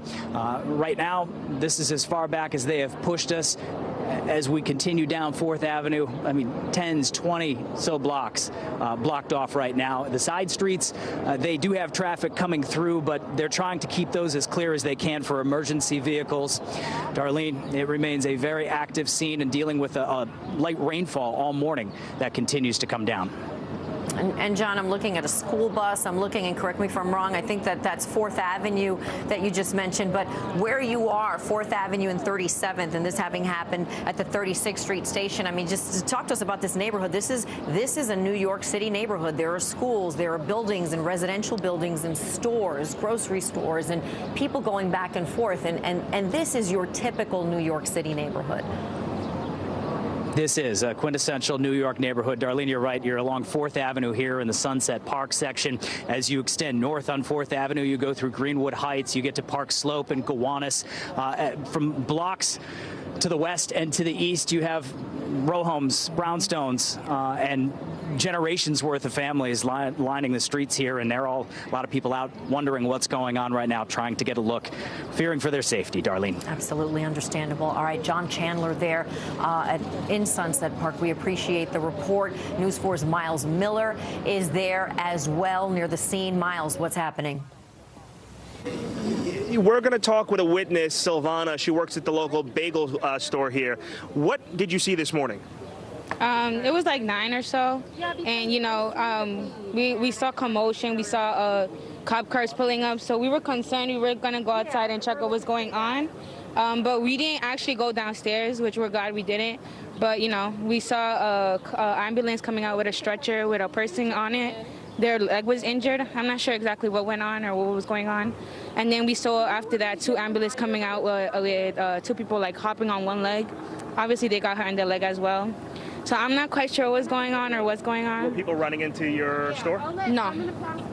No, we weren't. What did you hear? All right, yes, so that's one witness who saw what happened here, saw the aftermath of what happened. Again, we're told 13 people injured, those 5 people shot. She saw the people rushing out of the subway station. Her bagel shop is right above the subway station there. They wound up evacuating most of the stores in this area to make sure that people were safe. And then, of course, as I said, some of these schools are on lockdown, but you heard from Silvana there that in the moments after this happened, people were rushing out of the subway station to get to safety after what happened on that train. So when we think about what time this happened, I would imagine this was shortly after 8:30. So most, if not all of those kids already in place in classrooms, right?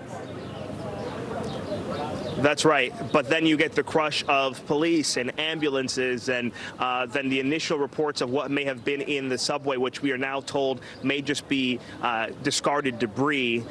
So there was that initial call to shut these schools down, to make sure that these schools were on lockdown, so that the suspect wouldn't run into the school, or that someone wouldn't escape into the school. And there's a school right on this side, this corner, and then a school that you can't see from the camera side over here. So they moved quickly, mobilized. They have school safety agents inside, shut all the doors, lock all the kids inside, and all the kids are working in school right now.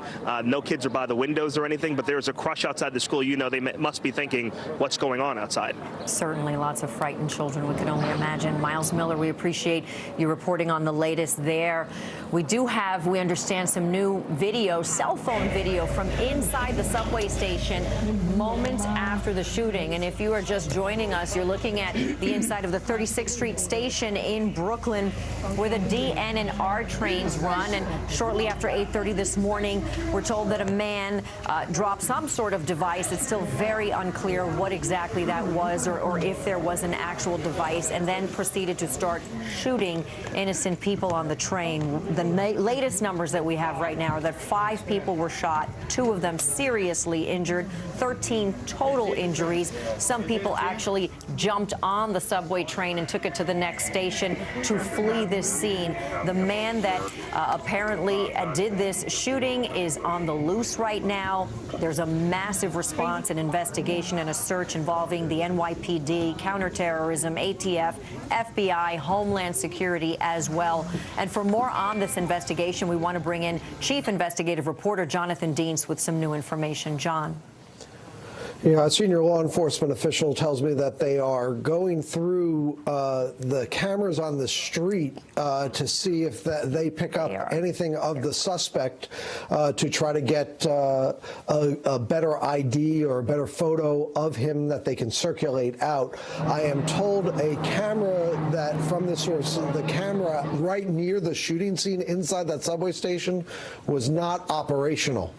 So they are going to have to count on witnesses and anyone who may have had cell phone video to share with the law enforcement in that exact vicinity that may have captured the shooting or the aftermath to help police put it together.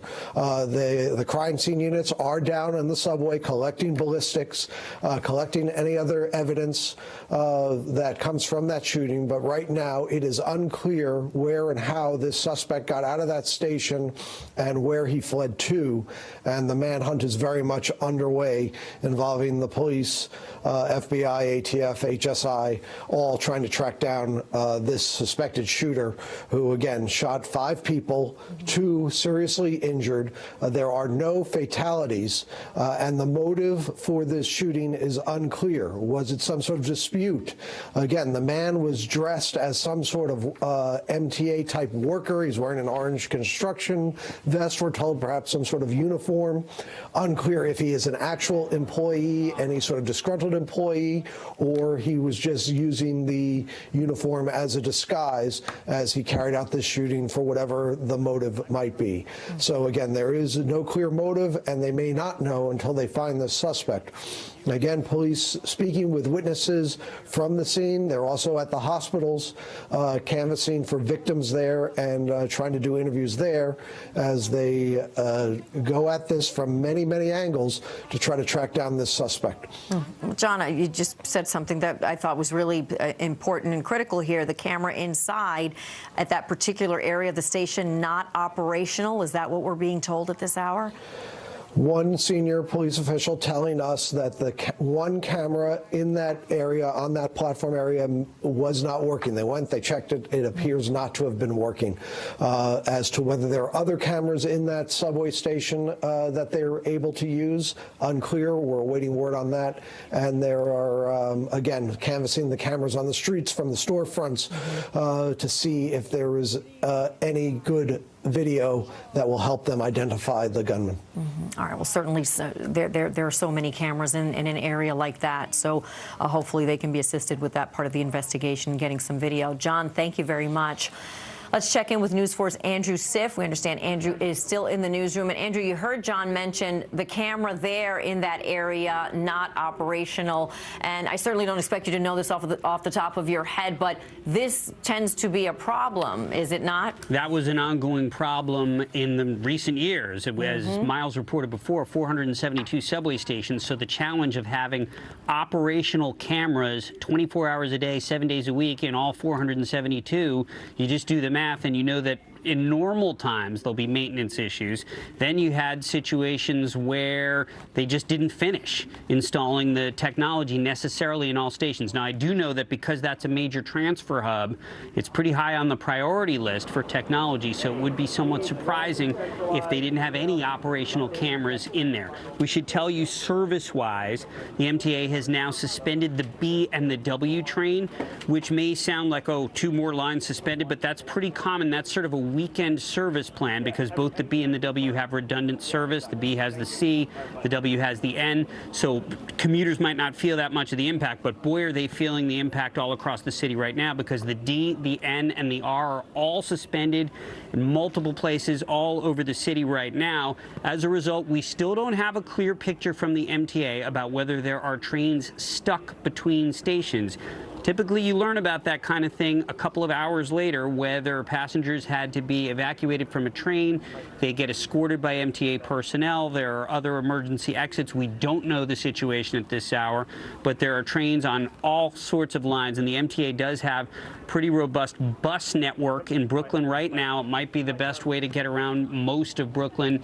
There are buses north, south, east, and west there, but as you've seen on some of John Chandler's reports already, the traffic is backed up so far on 4th Avenue and 5th Avenue and parts of Park Slope at this point that don't expect the buses to be too swift, but it still may be a better option, especially if you're in Brooklyn right now. You can see the bus map over there just showing some of the routes to get around that area, and that's a situation right now where people jumping on trains that aren't on the immediately affected lines, and we're hearing from riders that their trains are stopping every few minutes, slowing down. Some of that is because of police activity as they check for anything related to this investigation, and some of it is just because these lines connect, intersect, and lead to ongoing unfolding delays. But at the moment, the MTA obviously trying to sort out exactly what happened and work with the NYPD, MTA police, fire department, emergency authorities to try and keep things moving when they can, but also obviously to stop service as they look for any details related to this investigation. Guys? And Andrew, when you talk about this train station being a major interchange, talk about what that's like. Are we talking long tunnels that you can walk through to transfer trains, to transfer from one subway train to another? How big is that subway station? Well, the 36th Street station is the type of station where you get off one train and you dart across the platform to switch to the express. And so that's usually what it is. There isn't really a long tunnel leading to an exit route there. Everybody typically comes out the same 2 exits. So we'll obviously learn more about that as the morning progresses. All right, Andrew, we appreciate it. Thank you very much. Let's show you now at home some new video that we just got in. We understand this is a subway train pulling into the station, and you can see there it is. The doors are opening, and fearful people running. There's smoke. It appears to be some sort of smoke or steam. So you can only imagine the panic there with people running out of the train. I'm not sure what stop that is. I can't really make that out. Let's take a listen.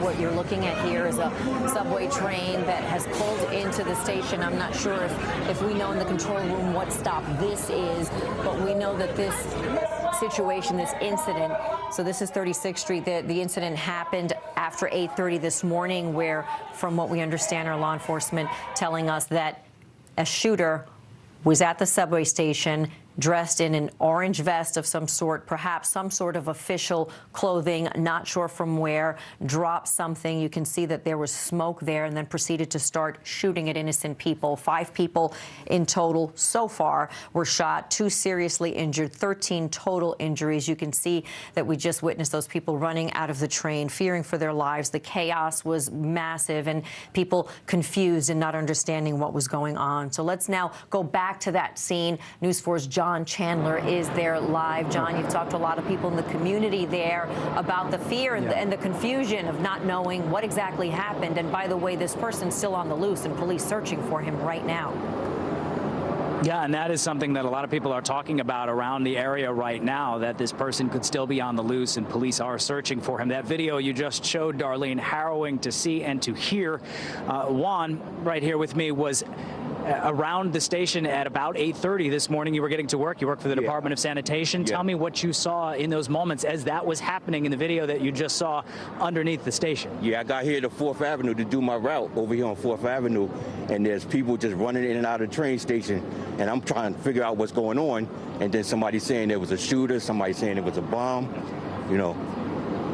Had to be terrifying for you to be standing there wondering and trying to know whether you should run or whether you should stay or whether you should help. What did you do? Exactly. Well, obviously there's no work today. There's no work today, but I stayed out the way.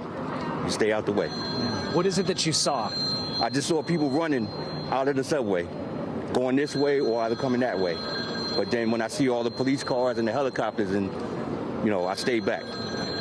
Somebody's trying to reach you. We'll let you get that, Juan. Thank you. Glad you are safe. Thank you, Juan, working for the Department of Sanitation. And that's something we're hearing a lot of cell phones going off around here as people try to reach loved ones, trying to ask, are you okay? Is everything okay? Trying to make sure that they know where their loved ones are, because, again, a residential neighborhood, people traveling out and about throughout the morning, whether it's on their way into work. We talked to a woman earlier who, after she dropped her daughter off here at PS 24 behind me, she was supposed to get on that train and head into Manhattan as she normally would for the day. Obviously, that didn't happen. So it is a chaotic scene. It remains that way this morning.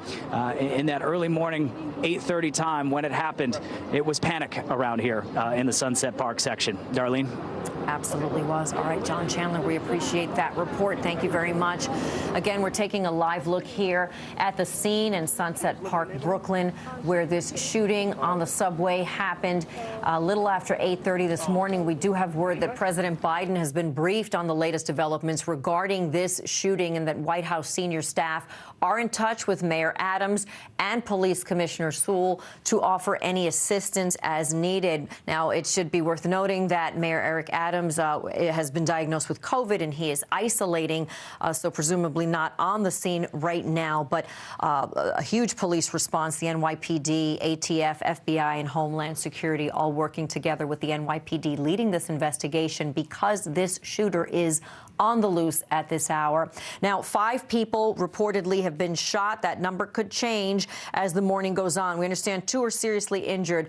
Also, that there have been 13 total injuries so far. News 4's Romney Smith is live at NYU Langone and Sunset Park, where some of the victims were taken. And Romney, of course, we understand those numbers could change as the morning goes on. Absolutely. We are being flexible with everyone because, again, these numbers are rolling in and can still adjust and climb even higher. The more that police learn, I have to let you know, here at NYU Langone, there is a police presence right in front of the hospital, making sure that people aren't coming by to be nosy and that their doors are open for any other victims that might potentially come here. All of this, of course, following that incident at the 36th Street subway station that left several people, more than a dozen, injured. Right now, we know that at least 5 people are suffering from gunshot injuries that happened around 8:30 this morning. And by the way, there are multiple hospitals involved in helping the victims. That includes NYU Langone, Lutheran, Methodist, Maimonides, Kings County Hospital. It actually took us quite a while to get here because of all of the various street closures in the way and police trying to block off people who do not need to be at the scene at this time. Again, making its way for any ambulance that might need to come here to help any other victims to be able to do so. We're going to stay here and monitor the situation, and we'll let you know if we see any other developments developments, but right now we do know that NYU Langone is one of the hospitals where some of the victims from that shooting from the subway station were taken, and we'll be here to monitor it. We're live right now. Romney Smith, NBC New York. Back to you. All right, Romney, thank you for the update there. We want to bring back our chief investigative reporter, Jonathan Deans, with more information on this investigation. What do you have, John? Yeah, on that video that you see with the folks with the smoke condition and the passengers coming out of that train, that is an arriving N train. It was northbound. It is the third car on that train, and it is inside that train where the suspect set off this smoke device and or aerosol device that caused the smoke condition, and then he started shooting. That dispute started when the doors were still closed and the train was arriving into the station. And then, as you see, people fled out of that N train. Some fled to the street. As you see, some of the wounded are being helped off the train there. Others jumped onto a waiting R train that was just across the platform, and they took it to the next station, and that is how some of them were able to get away. So this video and the explanation we're getting from senior law enforcement officials provides clarity that the dispute, the shooting, the smoke condition all started in the third car of that N train and then spilled out onto the subway platform. So again, it is one shooter, one suspect who sets off this smoke device and then starts shooting, injuring 5 people, 2 of them seriously, and then 8 others in the resulting a stampede or fleeing the scene. They are injured as well. So those are the numbers, and that provides a little clarity. An N train, northbound, third car, that's where the shooting and smoke conditions started, and then suspects fled, and it's unclear again how he got away, whether it was through the tunnel or up and out onto the street. The investigation ongoing as they search for this suspect, and as you see, the huge crime scene, the huge response with fire and EMS responding to deal with that smoke condition and the injured, as police, ATF, FBI, HSI all out piecing together the crime scene and trying to track down the suspect, who has now been on the loose for about 2 hours. The time of the first calls, it was 8:26 a.m. That's when the first 911 calls and concerns about this incident started pouring in. So that is the very latest. Again, 5 shot, 2 seriously injured in this shooting incident on the subway during rush hour this morning. So, John, we just want to clarify and go through this again. I don't know if we can pull up that video of the subway train rolling in, because this is new information that you just brought us. That N train was arriving, so this happened not on the subway platform, but actually on the actual train as it was moving and pulling into the subway station on that third car, correct? That is the best information we now have from a senior official who's been briefed on all of this and has seen this video, that it is an N train that is arriving at that station, and before the doors open, there is some sort of fight or dispute, and the gunman, who is in an orange vest and some kind of work clothes, sets off some sort of smoke grenade and or aerosol can that is causing that smoke condition that you see on the screen, and then takes out a handgun and begins shooting, and he injures 5 people who are inside that subway car, and some of them, as you see, were falling out onto the subway platform as the doors open. Now, across the platform, that was an N train. Across the platform was an R train, a local train, and as you see, people are running off, some heading for the exits, others rushed to the other awaiting train, which then took off and took them to the next station. So the car with the smoke condition, we're told, is the third car of the N train, and that is where the lone suspect was when he began shooting.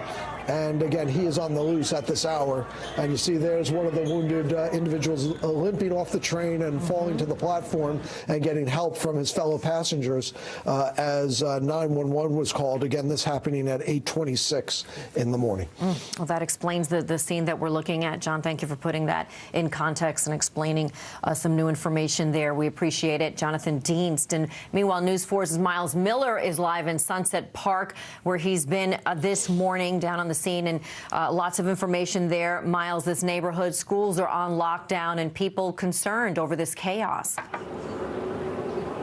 Yeah, and concerned for good reason. We'll bring in Guadalupe Espindola. Her son is 16 years old, was going to school this morning, and with Sunset Park High School, which is just on the other side of where this all happened on 35th. So tell me what you're feeling this morning. I was feeling afraid. I was feeling scared because at the time that happens, that's the time my son always get off from the train station. So I was afraid he must be one of the persons that, or something was going to happen to him at that time too. A lot of kids take the train, right? Take the train, they come here, and it's happening like next to the schools. What did you hear? So what happened? You called the school? I called the school. They told me that the school was locked out already, but they didn't have no information about my son to keep on calling him, texting him, and see if he was inside the school. If not, to tell him to go straight home. But he was not answering the phone calls, no text, no nothing. So I was afraid. So I came on walking because there is no cars, no nothing. So I came on walking to see he was okay. So when I got here, they told me the school was locked down. Nobody was going in or out. So you have no idea? Yeah, I have no idea right now. You saw the video. You said you told me what your son was wearing. Yeah, he was wearing a red sweater and like a khaki pants. And right now I still have to be like waiting until I have something from the school. Yeah.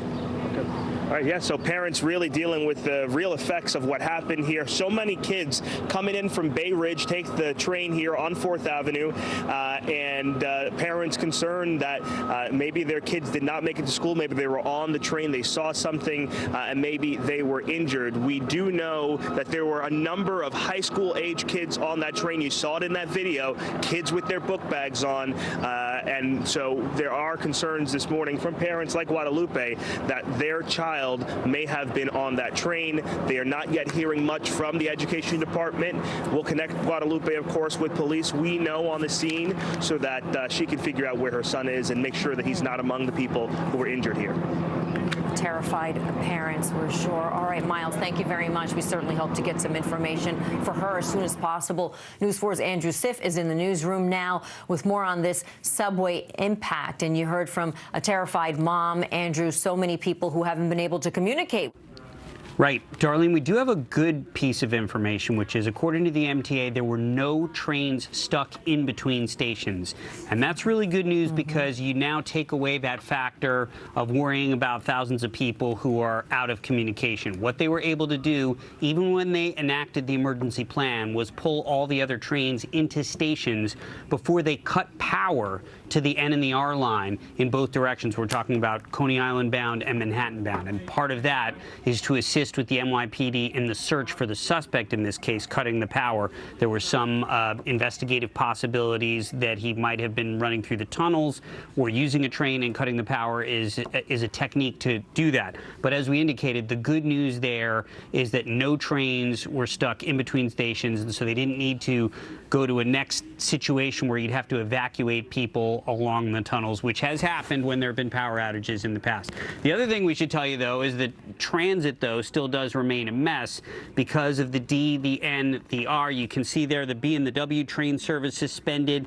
No D train service from Grand Street to Bay 50th. No N train service from 34th Street to Coney Island. Huge stretch there. No R train from Whitehall to Bay Ridge. That's no R train service into Brooklyn from Lower Manhattan. And major delays on the D, F, N, Q, and R trains. And then there are the regular subway delays. We saw just a brake incident and a door incident on on the one train a little while ago, apparently unrelated. But this is definitely a day where New Yorkers are probably not going to be bragging about how great their commute was. They're just happy to be okay, happy to be getting off trains. And of course, as we just told you, it is definitely good news that you don't have thousands of people who are out of communication right now, because everyone was at least able to make it into a station. There you can see where it happened, the 36th Street station where the D, N, and the R all intersect. It's a major hub in Sunset Park. People transfer every morning from the local to the express to speed up their commute into Manhattan. And again, after that incident today, they stopped service in both directions, but they were able to get everybody out at nearby stations while they were waiting for that. Darlene. Now, Andrew, do we know, and you may have mentioned this, or John Deans may have mentioned this, do we know at this point that N train that pulled in, coming northbound, pulled into the station while we saw those passengers fleeing and that smoke condition, do we know if that train stayed at the station or did it move on? We don't know for sure at this point. We don't know if there was another period of minutes unfolded before the MTA and the NYPD completely shut service along those lines. We know it's not running now, but we don't know if that train itself kept on going. And we'll probably find out at a news conference sometime in the next hour and a half or so. We anticipate NYPD, FDNY, possibly MTA will be at this news conference as well. And so hopefully we'll get some important information about what happened on the commute side and, of course, on this terrible situation, which is still unfolding. Affected this morning. Andrew Siff in the newsroom. Thank you, Andrew. Let's check in with Kai Simonson. Kai is in. You can slide that over me. I'm sorry, man. Well, Darlene, these are live pictures now from Chopper 4. We are over the scene here. You're looking at the corner of 4th Avenue and 36th Street. That subway station you see there toward the middle of your screen, that is the 36th Street subway station that we've all been talking about here for a good part of the morning now. Lots of emergency activity, as I imagine you will have predicted. We have been seeing investigators. You can see one investigator going in there now. Investigators going into and out of this subway station, pretty much ongoing at this point, going down, gathering evidence, figuring out or trying to piece together exactly what happened here. Let me give you an overhead look right now of a little wider shot of the scene. Gives you an idea of exactly the kind of emergency response that we're dealing with out here. A number of streets have been closed down right now. Police are on an active search. They're actively searching for the person responsible for all of this. From what we understand, they're going through the subway stations. We have NYPD overhead, so we are continuing to keep an eye on this for you. Darlene? We appreciate the update there. Kai Simonson in Chopper 4. We understand we have former NYPD Police Commissioner Bill Bratton on the phone with us now. Good morning, Commissioner. Good morning.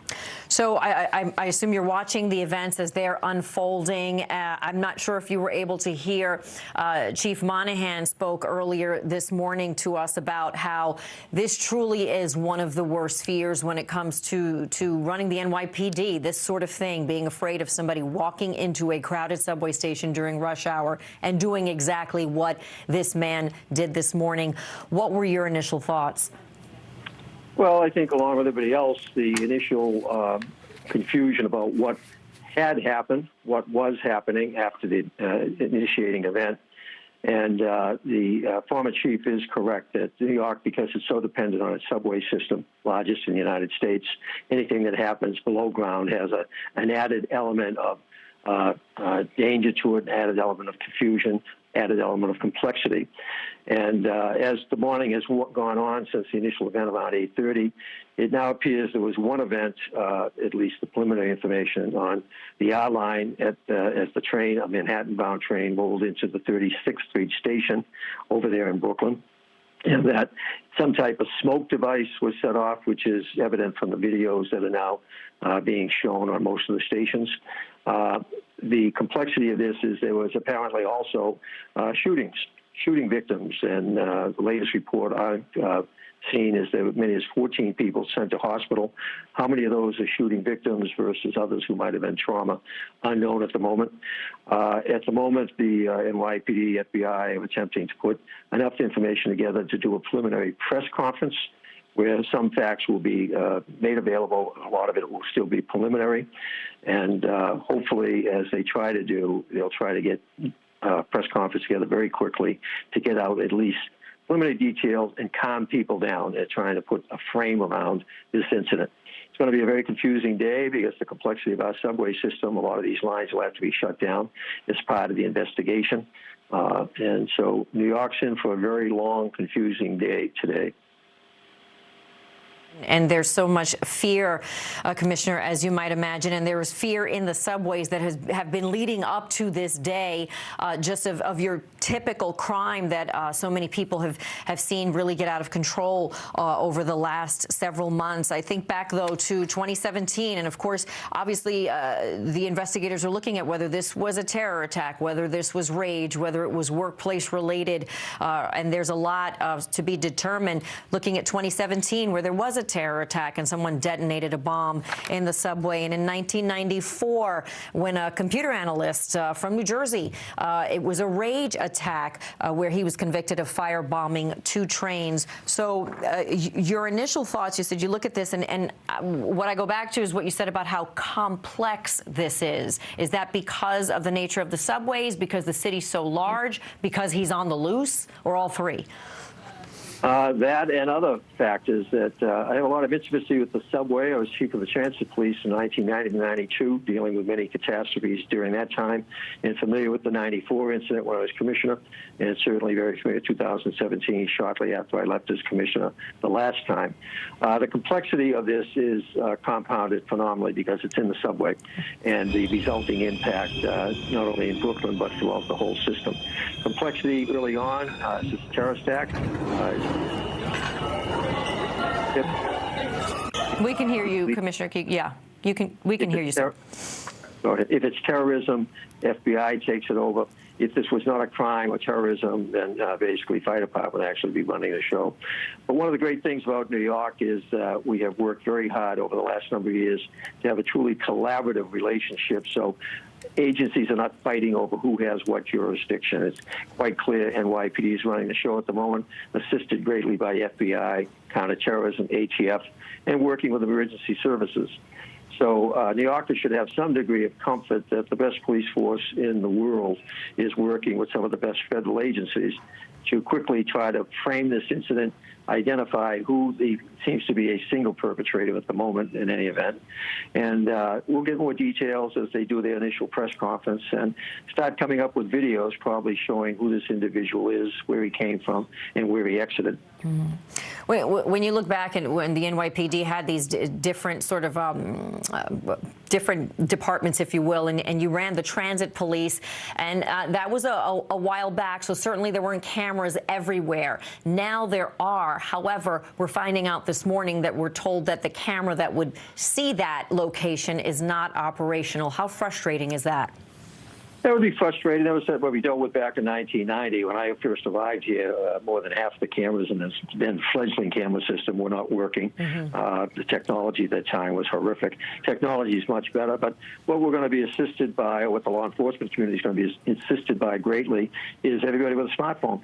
That in terms of so much of what's being shown in the media this morning is not from cameras in fixed locations, but rather what people are now transmitting through their smartphones. That actually adds both to the investigation, but adds to the confusion of the investigation because there's so many streams of evidence that are going to have to be gone through as we go forward with this thing. And just combing through all of that, what are your thoughts on how safe people should feel riding the subway today? Well, the irony is that the city has already been wrestling with, as a result of a lot of the legislative action up in Albany City Council, a great fear of growing crime growing exponentially 30–40% over the last several months. And a number of those incidents... We can hear you, sir. We can hear you. Forgive the noise. We're showing some video of the scene now as you're talking, but you can go ahead. I'm sorry, that's an emergency alarm coming in from the NYPD. Understood. No, as I was saying, that there's been a great and growing fear about the growing crime problem with a lot of those incidents seeming to happen in the subway. And it's been compounding the city's efforts, the mayor's efforts to get people back to work. This is going to make it even more problematic, unfortunately, going forward. The system is still a lot safer than it was back in the early 90s, but the problem is here going. And so in terms of as politicians try to figure out how to deal with this, they've got a great police department, but unfortunately a lot of the political leadership in this city and this state have not been supporting its police department. And the importance of that police department is going to be evidenced certainly today as they respond to this latest crises in the subway. It's a huge challenge this morning for sure. Former Police Commissioner, NYPD, Bill Bratton, we appreciate you joining us this morning. Thank you for your time. You're welcome. All the best. Bye-bye. Same to you. Thank you very much. All right, let's check in one more time now. On that scene, Miles Miller live in Sunset Park. Miles.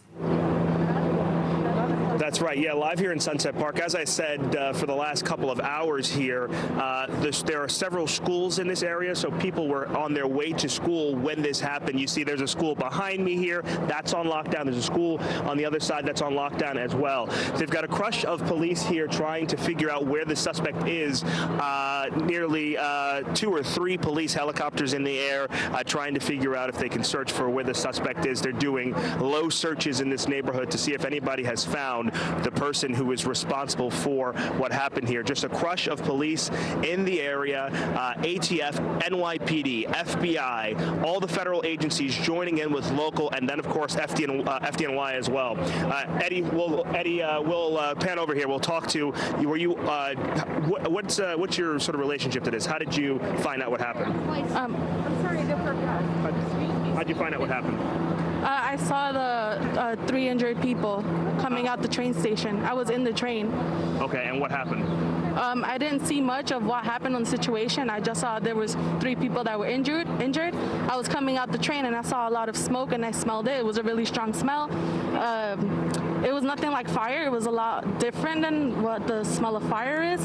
And I saw maybe a 16-year-old kid. He was sitting on the steps coming out the train station, and he had a bullet in his knee. And what'd you make of that? What were you thinking? Well, I was speechless as I am now. It's a very scary sight to see. He looked very scared, and as I stood out the train station, 2 more injured victims came out the train station, wounded on their knees and on their thighs. What were they saying? Nothing. They were just scared. Most of all, they were scared, and they were in pain. Now, are you in high school too? No. I was dropping off my brother off of school around here. And you heard that the school is on lockdown? Yes. My brother's school is currently on lockdown. What are you thinking right now? Hopefully they're not aware of what's happening, because that would be scary for a 4th grader to know. I've waited around since 8:30 to see if they let them out or if I have to go pick him up, but just waiting around to see if... You live in the neighborhood? I used to, yes. And what do you make of this? You know, what you've heard that have happened, the people injured? I'm thankful to have gotten out the neighborhood. Thankful I don't live around here anymore, because it's only getting worse every single day. And it's not getting any better with the new laws that are passing. What's your name? Karime. Okay. Thank you so much for joining us today. Yeah, you hear it. People in the neighborhood walking to school with their siblings, seeing the trauma, people with a bullet in their knees, that kind of thing. Very real experience for so many people who were in this neighborhood and saw what happened. Sunset Park, densely populated. A lot of people live in this area, take the local subway to get to school. You know, as that mother was saying earlier, her kid goes to Sunset Park High School, and they live in Bay Ridge. So it's on a lot of people's minds today. Is my kid safe?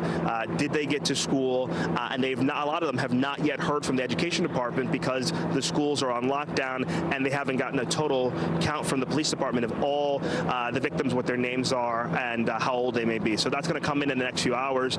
And as we told that woman, Guadalupe, who we spoke to, we'll connect her with NYPD so that she can figure out if her son did in fact make it to school. She saw the video that we've been airing on News 4. She said, my son was wearing a red sweater and khakis, and it doesn't seem like he was one of those kids. We certainly hope not. Miles, thank you for that. And it is distressing to hear such young victims involved. 5 victims so far, 5 shooting victims from what we know so far. We understand President Biden has been briefed on the situation. We told you that just a bit ago. Now, this tweet is coming from White House Press Secretary Jen Psaki. She says the president has been briefed on the latest developments regarding the New York City subway shooting. White House senior staff are in touch with Mayor Adams and Police Commissioner Sewell to offer any assistance as needed.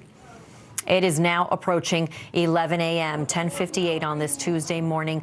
We want to get you caught up on our breaking news in Brooklyn. If you're just joining us at the 36th Street subway station in Brooklyn, shortly after 8:30 a.m., a man in an orange construction vest, according to police, set off some type of smoke device and started shooting people on the northbound N train, N as in Nancy, as it pulled into the station.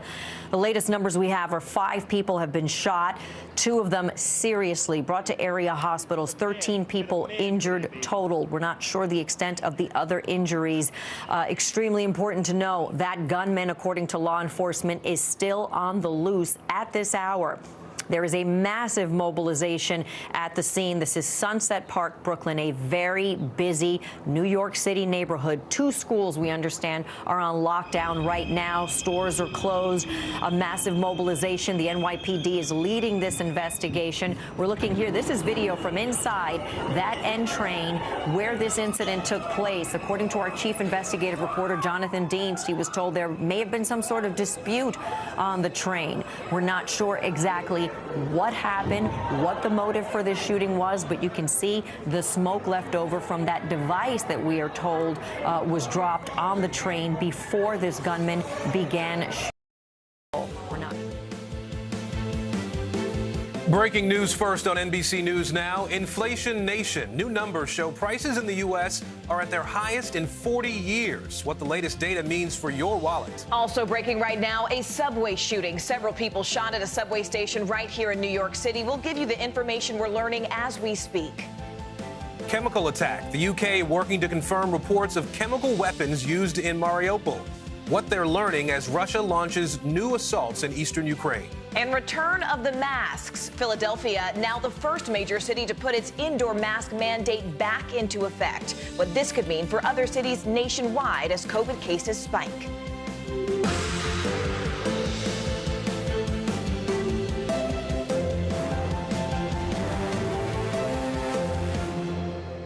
And good Tuesday, everybody. I'm Aaron Gilchrist on assignment in Los Angeles. And I'm Morgan Radford here in New York City. Thank you so much for joining us. We begin with breaking news this hour. A new report out today showing inflation has hit a new high. That's 8.5% over the past year.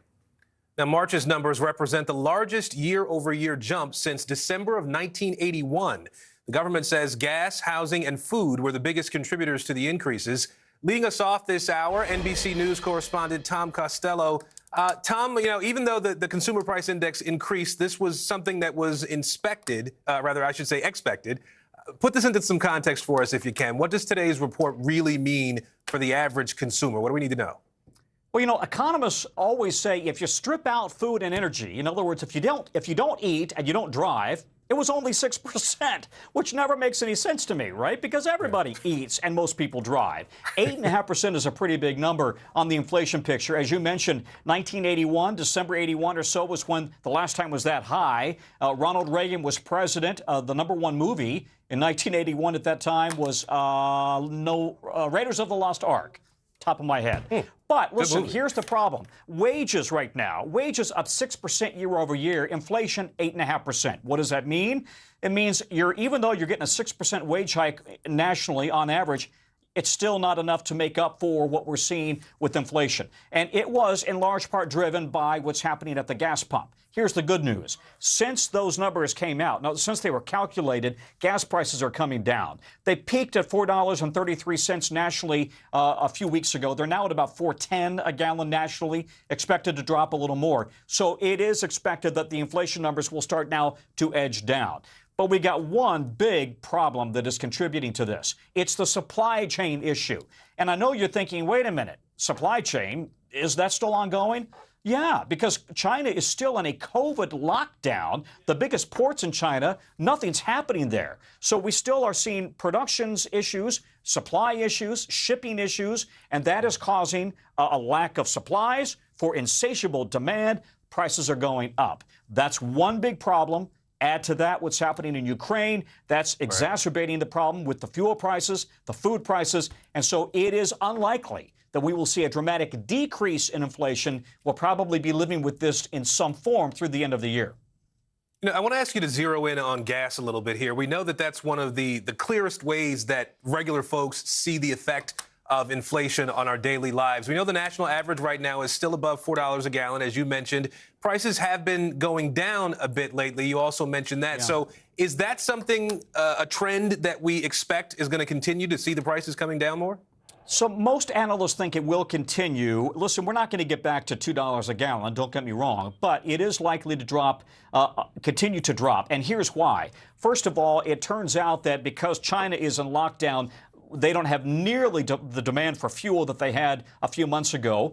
As you know, as we've said many times, oil is priced globally. If you have less demand in China, that affects global prices. But in addition, the White House is now going to allow a higher ethanol blend over the summer than they typically allow. Usually they want 10% so they can moderate smog. They're allowing 15% this summer, hoping that that will help moderate gas prices. So as a result, we may in fact see gas prices moderate a little bit more and hopefully stay in that range as the United States and other countries tap their oil reserves. That's a big part of this. You know, one more point we should make. When we talk about inflation, inflation is not just happening here. 60% of countries are now experiencing inflation of 5% or more. This is really a global phenomenon. It's the war in Ukraine, it's the supply chain issues, it's the oil and gas industry worldwide. All of that is feeding into high inflation. All right, Tom Costello for us, putting into perspective. Tom, thank you. Okay. Right now, we're following breaking news where multiple people were shot at a New York City subway station. It all happened during morning rush hour at the 36th Street subway station in Brooklyn this morning. Police and firefighters arrived to find multiple people injured as well as undetonated explosive devices. Now, 2 schools in the area are being told to shelter in place while police search for a suspect. NBC News correspondent Vaughn Hillier joins us now from Brooklyn. Well, in the studio. Vaughn, what do we know at this point? What is law enforcement saying about that search for a suspect? Right, Morgan, we've been following this closely, and several of our colleagues are just now making it here to the site. I mean, this is a big perimeter that has been set up here, in large part because we still do not know where this suspect is at this time. And for those who are not familiar with New York, these boroughs, Brooklyn, Manhattan, Queens, are very interconnected, and we're talking about a clearly planned event in which at least one individual, authorities believe here at this time, was inside of a subway that was making its way into this Brooklyn stop when apparently detonated some sort of a smoking device, a smoke grenade, smoke bomb, which filled at least one subway car.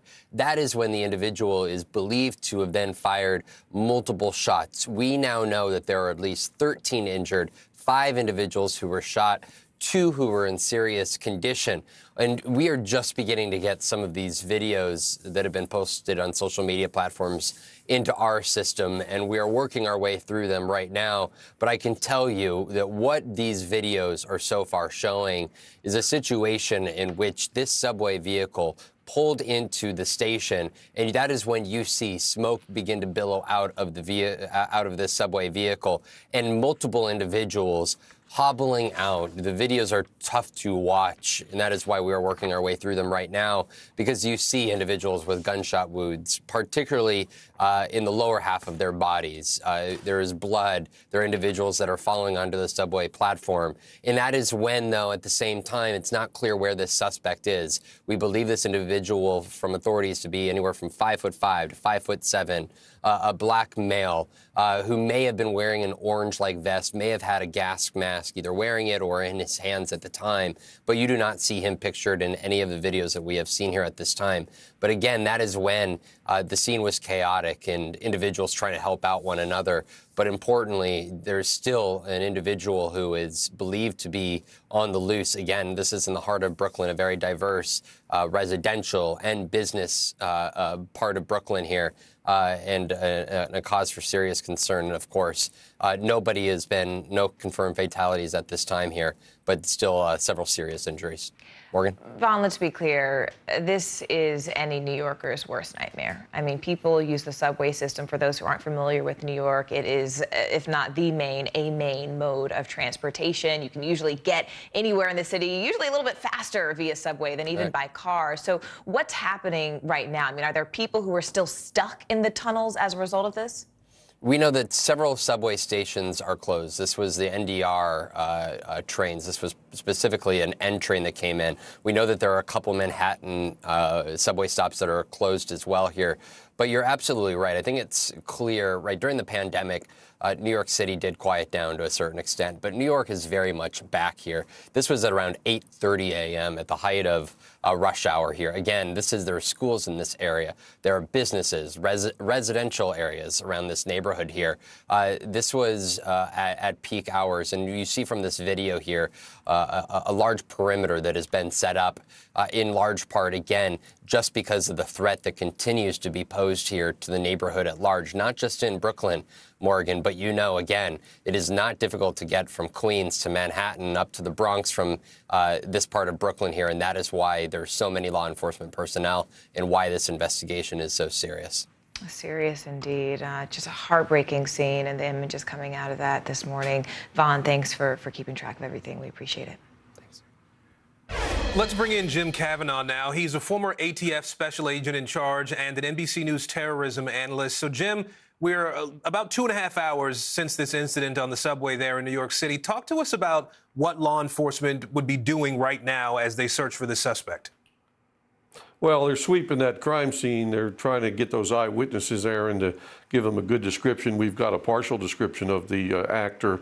They're really sweeping those cameras. You know, Vaughn said they're looking at the video from iPhones that they've gathered that are people escaping the smoke on the subway car, and they did not see the assailant. But he could show up on another iPhone, or he'll certainly show up on the subway cameras, security cameras. So they need to get the picture of his face out to the public to leverage that help. And, you know, what's important, and you noted when you were discussing earlier, but it's important to note, this happened on the car, not on the platform. So the assailant is on the car. You know, we don't know the motive here. It's one of the many motives of violent crime, but it does not seem to be, although it could be, it can't be ruled out, but it does not seem to be spontaneous. I mean, most people don't run around with smoke bombs, a gas mask, and a pistol, and then all of a sudden get into an altercation. Now, I'm not saying that couldn't happen. I mean, it could happen. Somebody could, you know, have the gas mask and the canister for employment, part of their employment, and then they carry a gun, and then they get in an altercation and they start shooting people. But it'd be strange, but it's possible. But it also is possible that it's more planned, that the assailant has the smoke, the gas mask, the pistol, and the attack occurs right when the train gets to the platform. You make a good point there, and I wanted to ask you a little bit more about that. I mean, obviously, all the things you just laid out, and the reports that there were potentially some explosive devices found at the scene there. The suspect may have had a disguise as a worker, maybe a transit worker there. All the factors you just talked about. What does that say to you about the sophistication of this attack, the level of planning that potentially went into this? Well, if he's not a transit worker, which he could be a transit worker or a person who works in the street, that could be his actual clothing. So, but if it's not, you know, he did plan it. I mean, it's not sophisticated, I would say. It's not very sophisticated, but it would show a level of planning. As far as, you know, devices found, what happens in these things, these bomb scenes and shootings, have been to many, and what happens, everybody starts running, there's chaos, and everybody drops their packages. They drop their briefcases, purses, boxes they were carrying, gifts they had, things for work, folders, and those things are there, laying there unidentified now. The people have escaped, and here comes the police and fire. And what is this box? Well, you've just had a violent crime, so the box is suspicious, so it has to be cleared by the bomb squad. So oftentimes what you find is there's not bombs, but there's suspicious packages that must be cleared. But that said, Aaron, we know there was some kind of devices used that produced smoke or gas that clearly came out of the subway car, because you can see it on the videos as the people are escaping. All right, NBC News terrorism analyst Jim Kavanaugh. Jim, we appreciate your time today. Thank you. Let's turn to some breaking news now. In Ukraine, the Pentagon says it is closely monitoring reports of a possible Russian chemical weapons attack in the city of Mariupol. A Pentagon spokesperson saying he cannot confirm the reports, but is calling it, quote, deeply concerning if true. Now, it's in response to reports from Azov, an ultra-nationalist part of the Ukraine National Guard. The reports were denied by a leader of Russian-backed separatist forces in that region. Mariupol's mayor says more than 10,000 civilians have been killed in that city since the start of the war. UK intelligence indicates fighting in eastern Ukraine is expected to intensify over the next 2 to 3 weeks as Russian troops appear poised to really mount a new offensive. And just this morning, we're hearing from Russian President Vladimir Putin, and his message is that Russia cannot be isolated. Our correspondents are covering every angle of this rapidly developing story. Let's bring in NBC News global correspondent Raf Sanchez in Lviv, Ukraine, and global security reporter Dan DeLuce in Washington for us. Raf, first to you, what more can you tell us about this unconfirmed report from the Azov battalion about this possible chemical weapon use? Yeah, Aaron, so the Azov battalion, the far-right Ukrainian militia, which is leading the defense of Mariupol, they say late last night several of their troops were exposed to what they say were chemical weapons dropped by a Russian drone. Now, we should say we have not been able to independently confirm that. And earlier today, the Ukrainian deputy defense minister said at a press conference she is not able to verify that information either. She said initial information suggests this may have been phosphorus munitions. Now, phosphorus is a very, very ugly weapon. It drops burning white material over a large area, but it's not normally what we mean when we say chemical weapons. The Pentagon, as you said, monitoring the situation closely. There's going to be a briefing later on today. We may learn more then. The British government, the Foreign Secretary, saying that if the Russians have used chemical weapons, that would be a callous escalation and one that Moscow needs to pay a price for. Now, the White House has said in the past that if the Russians were to cross that line of using chemical weapons, there would be a proportionate response, but they haven't said what that response would look like. Aaron? Dan, there's a U.S. senior defense official who says that the U.S. has seen efforts by the Russian military to resupply, to reinforce their troops in the Donbas region. What more do we know about that activity and what it might signal? Yeah, they're saying that they're looking at a massive military convoy moving south towards the eastern city of Izium. And all of this is further evidence, they say, of Russia aiming to focus its effort now in the east around the Donbas area, around the city of Donetsk and other targets. And really the fear here is that they'll bring so much firepower that they might be able to carve up and split Ukraine in two effectively. But to do that, I think the Russians will have to show that they can organize themselves and fight in a more effective way than they have so far. Obviously, suffered so many setbacks and failures and really demonstrated a degree of incompetence that has taken Western capitals by surprise. So we'll just have to see how that works out. But at the moment, Ukraine is girding for a major battle there in the east as this military convoy. It makes its way through roads. Of course, they're not able to move on the ground. The ground is beginning to thaw as spring sets in. So they're having to move at a relatively slow pace along the roads. And so Ukraine has a chance to prepare for this and brace for this. All right, Dan DeLuce for us, Raf Sanchez in Ukraine today as well. Thank you both. Meanwhile, here at home, President Biden is heading to Iowa today, where he's expected to address the impact of the war in Ukraine and really what it's doing here on gas prices in the United States. NBC News correspondent Josh Letterman joins us now. Josh, the president is in the heartland, and it seems like he's specifically going to address ethanol. But the question is why? I mean, what's his case to the American people, and why Iowa?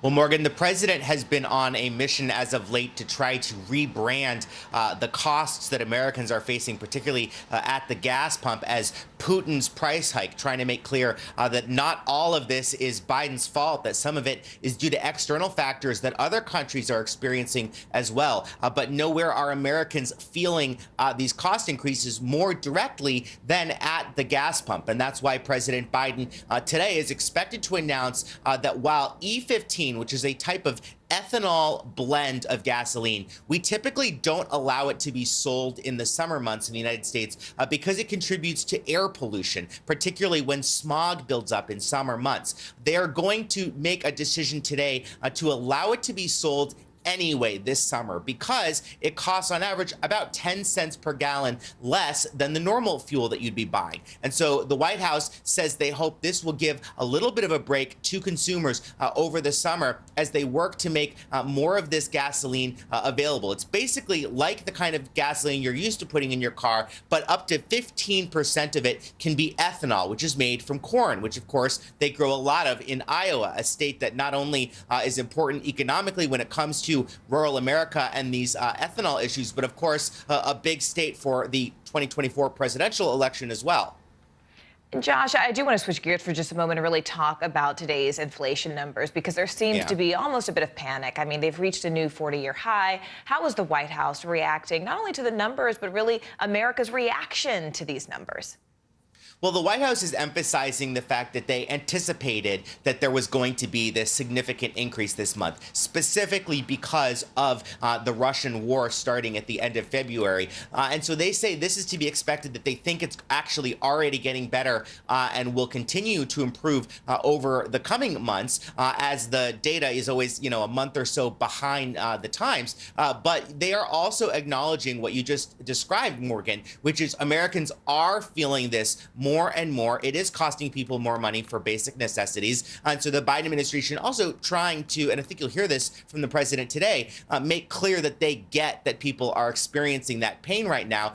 The other point that they will make is that this is not just a U.S. problem. You go to countries like France, Canada, they also are experiencing levels of inflation that maybe are not quite as high as the 8.5% year-on-year increase that we saw today, but are in the 6 or 7% range. So this is a global problem that a number of countries are trying to tackle, and you'll hear more from that from President Biden about that when he speaks in Iowa shortly. And that Americans are feeling right here at home. Josh Letterman there from the White House. Josh, thank you.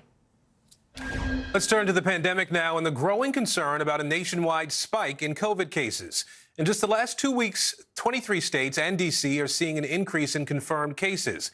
The average number of cases over the last week now at more than 34,000 per day. And this weekly average number of deaths has dropped, however, to 536 per day.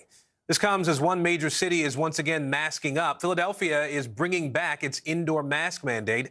Health officials will start enforcing that mandate next week. We're going to get expert analysis from our doctor on duty in just a moment here, but let's begin with NBC News correspondent Emily Ikeda. She is in Philly now with the latest on that renewed mask mandate there. Emily, bring us up to speed. Hey there, Aaron. So keep in mind, it was just over a month ago that city officials greenlit residents to take off their masks, and now they're changing course, having them put them back on. And, infections and hospitalizations, they are relatively low here, but it's the jump in cases that has city officials concerned. Philadelphia is asking residents to mask up again indoors. Beginning next week, masks will be required in all public places, including schools and daycares. According to city officials, cases have surged more than 50% in the past 10 days, averaging 142 infections a day. Still, fewer than 50 people are currently hospitalized with the virus. Philly, the first major city to return to that pandemic precaution, going beyond what the CDC even recommends in communities with low transmission, which the city currently falls under. You see, you go inside restaurants anyway, and bars and stuff, people weren't wearing it when the mandate was there. So I'm not sure the mandate really helps anything anymore. The Pennsylvania Restaurant and Lodging Association calling it a major blow to thousands of small businesses. With infections ticking up in nearly half the country, the White House's new COVID czar telling Savannah the federal mask mandate on planes, trains, and other public transit could also be extended again. It's on the table. Yeah, look, this is a CDC decision, and I think it is absolutely on the table. The current mandate, set to expire Monday, has faced pushback from airlines, who last month asked the Biden administration to end it. The highly contagious subvariant BA2 Omicron now accounting for 72% of new cases. But nationwide, new infections remain relatively low at about 29,000. And with hospitalizations and deaths still declining, public health experts say perspective is key. I don't think this is a moment where we have to be excessively concerned. Emily, is there any word, if or when that mask mandate for transportation might be put back in place? So Dr. Jha says a decision could be made later this week, within the next few days. And it's certainly something a lot of eyes will be following, with so many families gearing up to travel ahead of the Easter and Passover holidays. Aaron? All right, Emily Aketa for us in Philadelphia today. Emily, thanks. Meanwhile, we continue to follow breaking news at this hour, a mass shooting at a subway station here in New York City.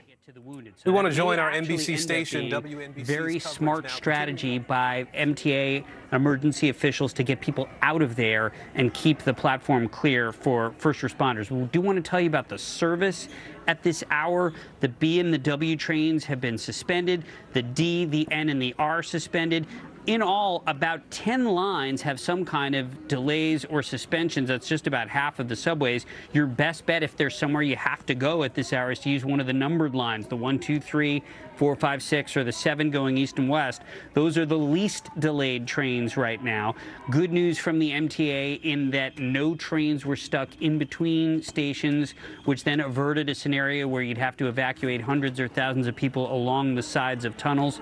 So that didn't need to take place at this point. We also understand that someone from the MTA will be at the news conference, which we anticipate in the next half hour or so in Sunset Park, where we'll get some type of information from the police department, what they know at this hour, and from the MTA about what to expect with regard to service going forward. One of the complicating factors is that they're using the system to look for the suspect. So it's not like they can go back to normal at this point with so much remaining unsettled at this point. Darlene? And Andrew, you talked about something that I found really fascinating about the move to get people from one train onto another to then get them out of there.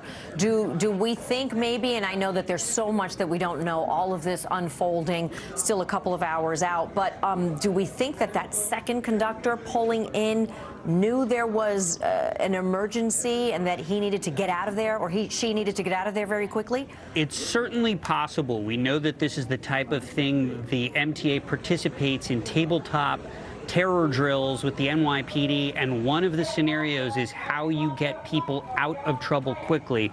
And one of those is if there's a real-time situation where you have to get people off of one train and onto another, is they may well have been able to alert the train operator of the arriving northbound R train that your job is to essentially ferry people out of this station. So that's a great question, Darlene. It is certainly something that the TWU, the transit workers, they practice it under MTA guidance in conjunction with the NYPD. It is a standard protocol if there's an emergency on the platform. It doesn't do anybody any good to have hundreds or even thousands of people cluttered and blocking access to injured personnel, to injured passengers. So that's a great question. Don't know for sure, but we do know that since the instruction was so clear, you could hear it on that video, get on that train, everybody get on that train, that would at least indicate that the arriving train knew it was part of the protocol. Interesting, though, as you said, Andrew, so counterintuitive. If you're fleeing an emergency on one train where there's a shooter, to get on another train certainly had to be a leap of faith, if you will. Absolutely, because at that point, things are unfolding so quickly, it would be hard for a train operator or a transit employee to know whether the arriving train was a safe situation. But decisions have to be made. There is communication with what's known as the tower, where trains are controlled, and it's quite likely that the information was get these folks out of the station, get them on the next northbound R train, get them to another station, because, again, you want to leave. If you know there are wounded people getting off the train or on that train, you want to clear the access as quickly as possible. Makes a whole lot of sense. All right, Andrew Siff in the newsroom with that information. Andrew, thank you so much. Let's head back now to Sunset Park. News 4's Miles Miller is at the scene with some new information. What do you have, Miles? So police are pushing us back from 36th Street right now because the bomb squad has put a device into the total containment vessel. What happens in these incidences is that the bomb squad takes whatever device they found, whatever pieces that they found, they put it into that total containment vessel, and then they take it to Rodman's Neck, where they then explode the device and then try to see if there are any signatures to it. There is always a signature on anything that's used, whether it be a fingerprint, whether it be tape, whether it be what was put together in any of this. So they are currently taking a device and putting it into the total containment vessel. They're asking us to move back, and so we'll move back. But what we know right now is that they are clearing this whole block. They're not clearing the school that is on this block, but they're clearing us from the street just in case something were to happen. And we want to make sure that we are safe as well. But you can see that is the work they're doing down there. You'll see the crush of police. The bomb squad came in about an hour and a half ago, and they are moving that containment vessel. Police Officer Mosley is asking us to move back, so we'll do that. We'll send it back to you, and when we are able to go live again, we'll let you know. All right, we want you to get somewhere that's safe. Thank you very much for that update, Miles.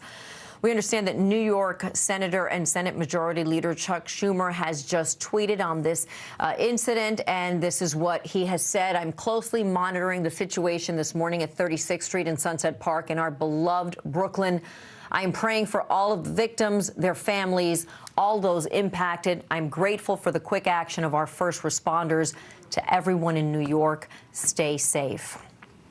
We want to check back in now with News 4's Romney Smith, or actually we're going to go back to her. Romney Smith is at NYU Langone Medical Center, where several of the victims, we understand, have been taken. If you're just joining us this morning, it's 11:29 and just after 8:30 this morning, according to law enforcement. 5 people at least were shot on a train at the station in Brooklyn, the Sunset Park 36th Street station. We understand, according to law enforcement, that a man on that train coming northbound had some sort of dispute, let loose some sort of smoke device, and then proceeded to start shooting riders on the train. At least 5 people have been shot, perhaps more. We're getting more information as it comes in. 13 people injured, taken to area hospitals, and this is a massive investigation going on right now. Let's bring in Chief Investigative Reporter Jonathan Deans with some more information on this investigation. John. Yeah, Darlene, what you were just talking about, I just tried to get some clarity on in terms of the number of victims who were shot. The safest number right now is 5, but we're told that they're canvassing the hospital, and there may be as many as 3 others who were hit by shrapnel, graze wounds. They're still sorting that out, so the number could rise to 8, perhaps as high as 10. And we expect to get the fire department and police numbers when they do that press conference in the next few minutes around the corner from that subway station where they're holding the presser where John Chandler is at this hour. So expect the number of gunshot victims to rise, but right now we're told it's 2 victims who are in serious condition. The safe number right now is 5 shot, but expect to hear a number between 8 and 10 as we get the reports through the fire department from the hospital in terms of those who may have been grazed, hit by shrapnel, ricochets, that type of explanation. So that number will probably go up from 5 to anywhere between 8 and 10, but we'll stick with the 5 number for now until that press conference starts in the next few minutes. Have you been able to gather any other information? So many people, of course, concerned because this is something that happened this morning on a train during rush hour in the New York City subway system, and this gunman still on the loose. The description that we had as of a couple of hours ago and a few minutes ago, does that still stand from what you can tell? That's the best information we have from multiple law enforcement sources. 5'7", 175 pounds, wearing some sort of orange vest, some sort of blue uniform type clothing, and that he just got on that train and apparently targeted people. And it's unclear why, but clearly somebody who goes onto a subway train with some sort of gas canister or smoke bomb, if you will, and a handgun, and sets it off while the train is moving and starts shooting, obviously planned to go in there and do that. At least that is the belief in law enforcement right now. Why else? And then the question is, did he have a gas mask as well, or some sort of covering to protect himself when he carried out this attack? Again, this happened while the train was moving, while the subway doors were closed, so the smoke condition affected people, and there was nowhere to go because he's opening firing and the train is still pulling into the station. Once those doors opened, we saw the people fleeing, falling out onto the platform. Others are running onto that train across the platform to get away. But the search is on, the manhunt. Hopefully, we get a picture soon from law enforcement of the man they're looking for, so that someone out there can help identify him and get him into custody. But there is concern, and we've seen and we've heard of some ramping up of security at various subway and Port Authority facilities as a precaution as the search is ongoing for this man who carried out this shooting on the subway this morning. John, you say something interesting in terms of the preparation. We heard Chief Monahan earlier this morning about what his gut instinct was, and it was exactly that when you talk about what this gunman, this shooter, who is still on the loose at this hour, had with him, and the preparation that must have gone into this. So we still don't know a motive, and we are certainly hoping to hear soon. But what we also learned this morning, I believe you reported earlier, is that the camera that would have been operational right there in that area was not functional, but police relying on cameras that are presumably, right, John, all over the place when you think about that subway to the street and to the next station. Were there other cameras in the station that were operating?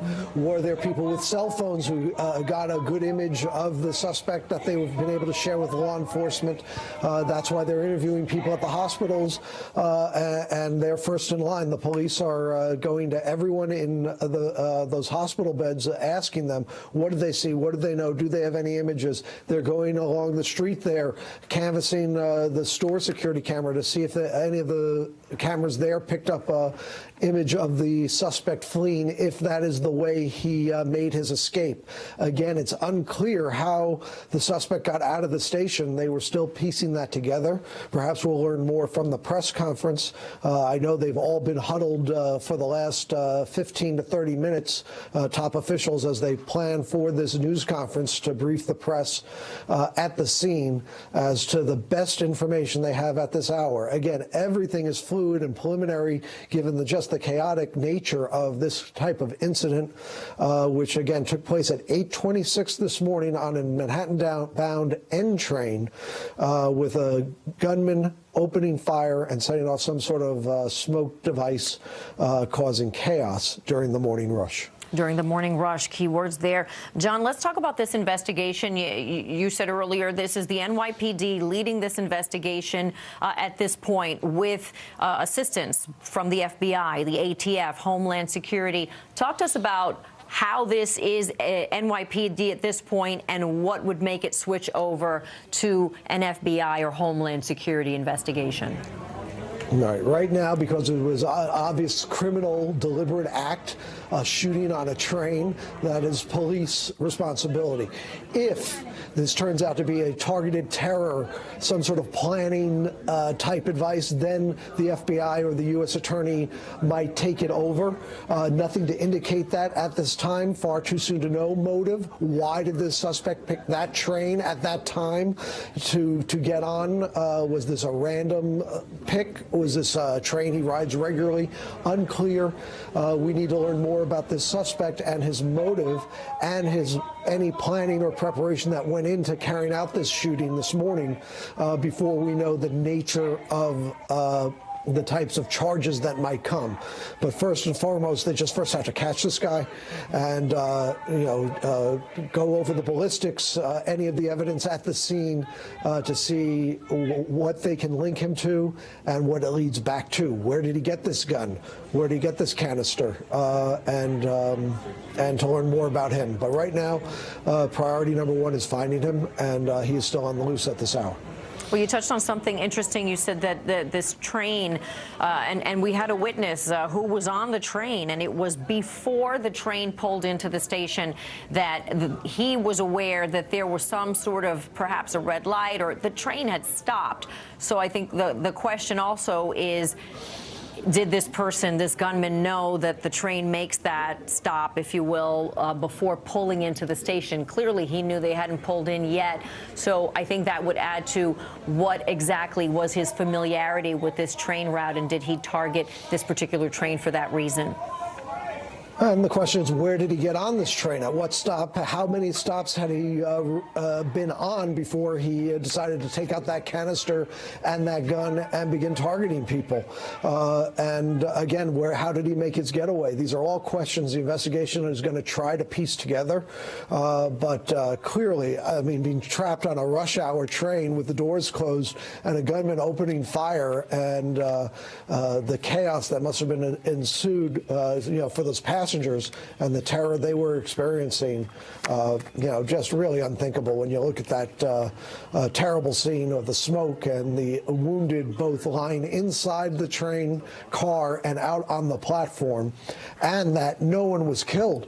That so many shots were fired, and right now the numbers we have again are 5 shot, 2 seriously injured, with perhaps 3 to 5 others hit by shrapnel, and we'll get the total count soon enough. But amazing that as of now we're dealing with injuries and not fatalities. It really is amazing when you think about it, and we saw a lot of people being tended to on the platform there, Jonathan, and it looked like there were other passengers applying tourniquets and trying to help people out. Now, what do your law enforcement sources say about really the state of the subway? This is clearly not your typical subway crime, if you will, but subways in New York City, a lot of spotlight on them, and not in a good way lately because of the danger, not just perceived but real, on the subway train. But now you have something like this, and what are your law enforcement sources telling you in terms of how to deal with this in terms of the bigger picture?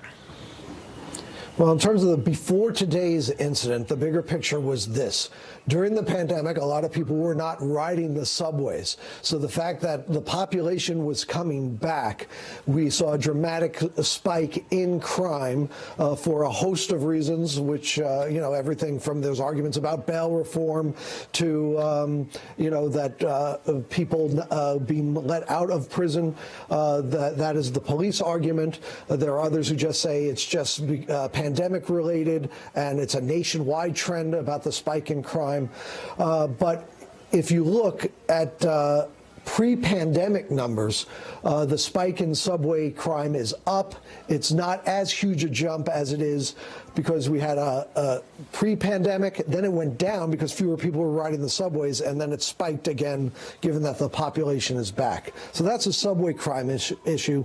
This, I think, is at a whole nother level. This appears to be a premeditated attack on innocent people in the subway, and the question is why? Who is this person? Is it a disgruntled worker? Is it an emotionally disturbed person? Is it, as you said, some sort of anger, terror-related matter? Unclear. We don't know. They won't know until they find him. And again, right now it is a local police, NYPD-led investigation, but you have the FBI, ATF, Homeland Security, and the Joint Terrorism Task Force assisting as a precaution, but right now it is being treated as a criminal matter until they find and learn more. And as we wait for the NYPD to give an update on the shooting, because we are waiting for that, John, President Biden's been briefed on the situation. We heard from his communications director just a little while ago, Chuck Schumer, New York State Senator Chuck Schumer, also tweeting out about the situation.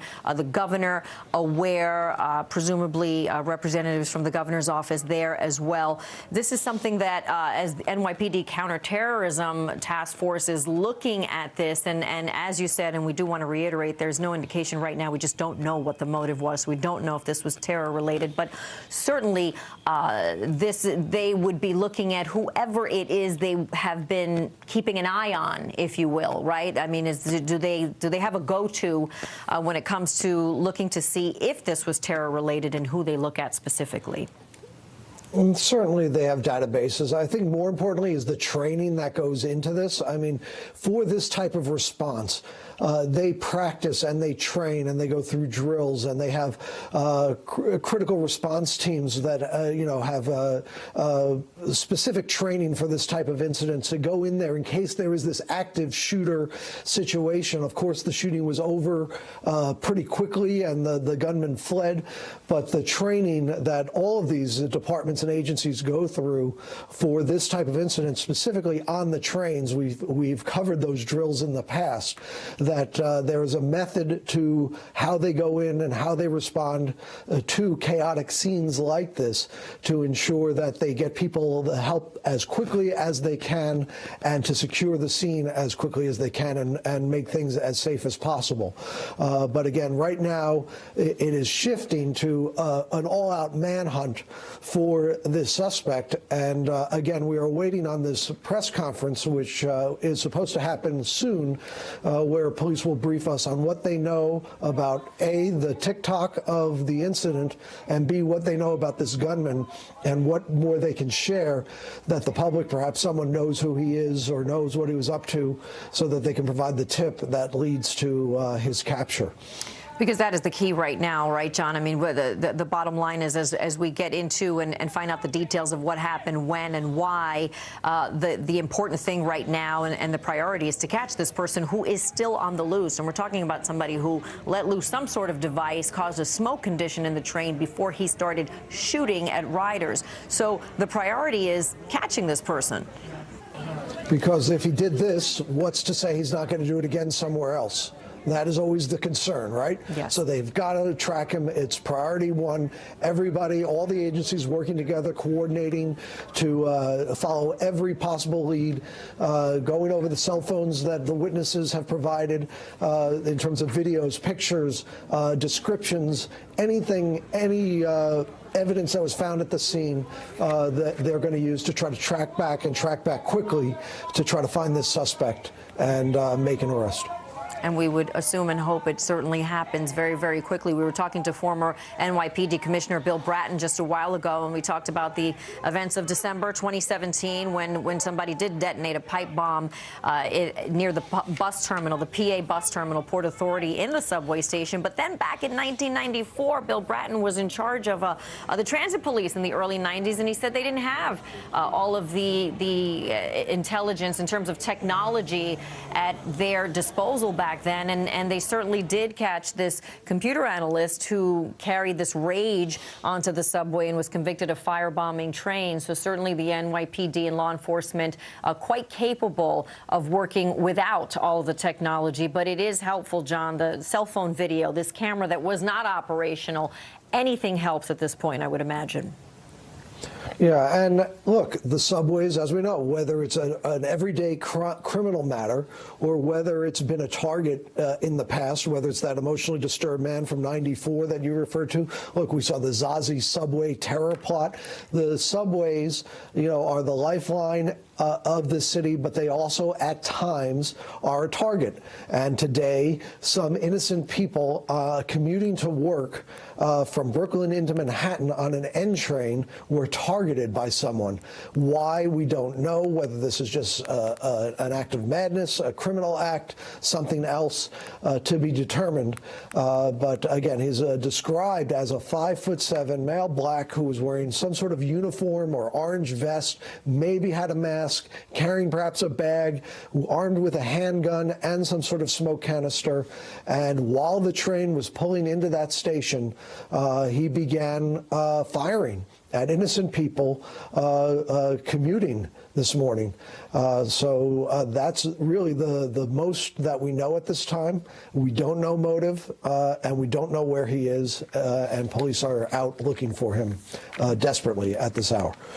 And you know that we've mentioned that we're waiting for this press conference from the NYPD and the other agencies on the scene. We're looking at the scene right now. And if you are joining us just now, shortly before 8:30 a.m. this very morning, during the height of the morning rush hour, on a subway train, a crowded subway train in Brooklyn, a man in what is described as an orange construction vest and perhaps a blue uniform set off some type of smoke device on a northbound N train as it was pulling into the 36th Street station. We are told that then that man, once that smoke condition was in the train, started shooting people. Right now, the reports are that there were 5 people shot, 2 seriously injured. That number, as you heard our chief investigative reporter, John Dienst, who's with us now, that number could rise from anywhere between 8 and 10 people, perhaps people hurt by shrapnel. There are many injuries. We understand 13 people are injured. The miracle here is that we understand at this hour there are no fatalities, which is a silver lining that we will grab and hold on to right now, that there are no fatalities. However, what has the city gripped in fear right now? This gunman is still on the loose. He has not been apprehended. And hopefully we will hear soon from police officials, and they will release a picture, a video, a description, a sketch, something that will help them find this person responsible and then perhaps determine a motive. This happening on a train. We're looking at video from that scene as it unfolded this morning. We want to check back in now with Andrew Siff, who knows this subway station better than anyone, or subway system, I should say, subway system better than anyone here.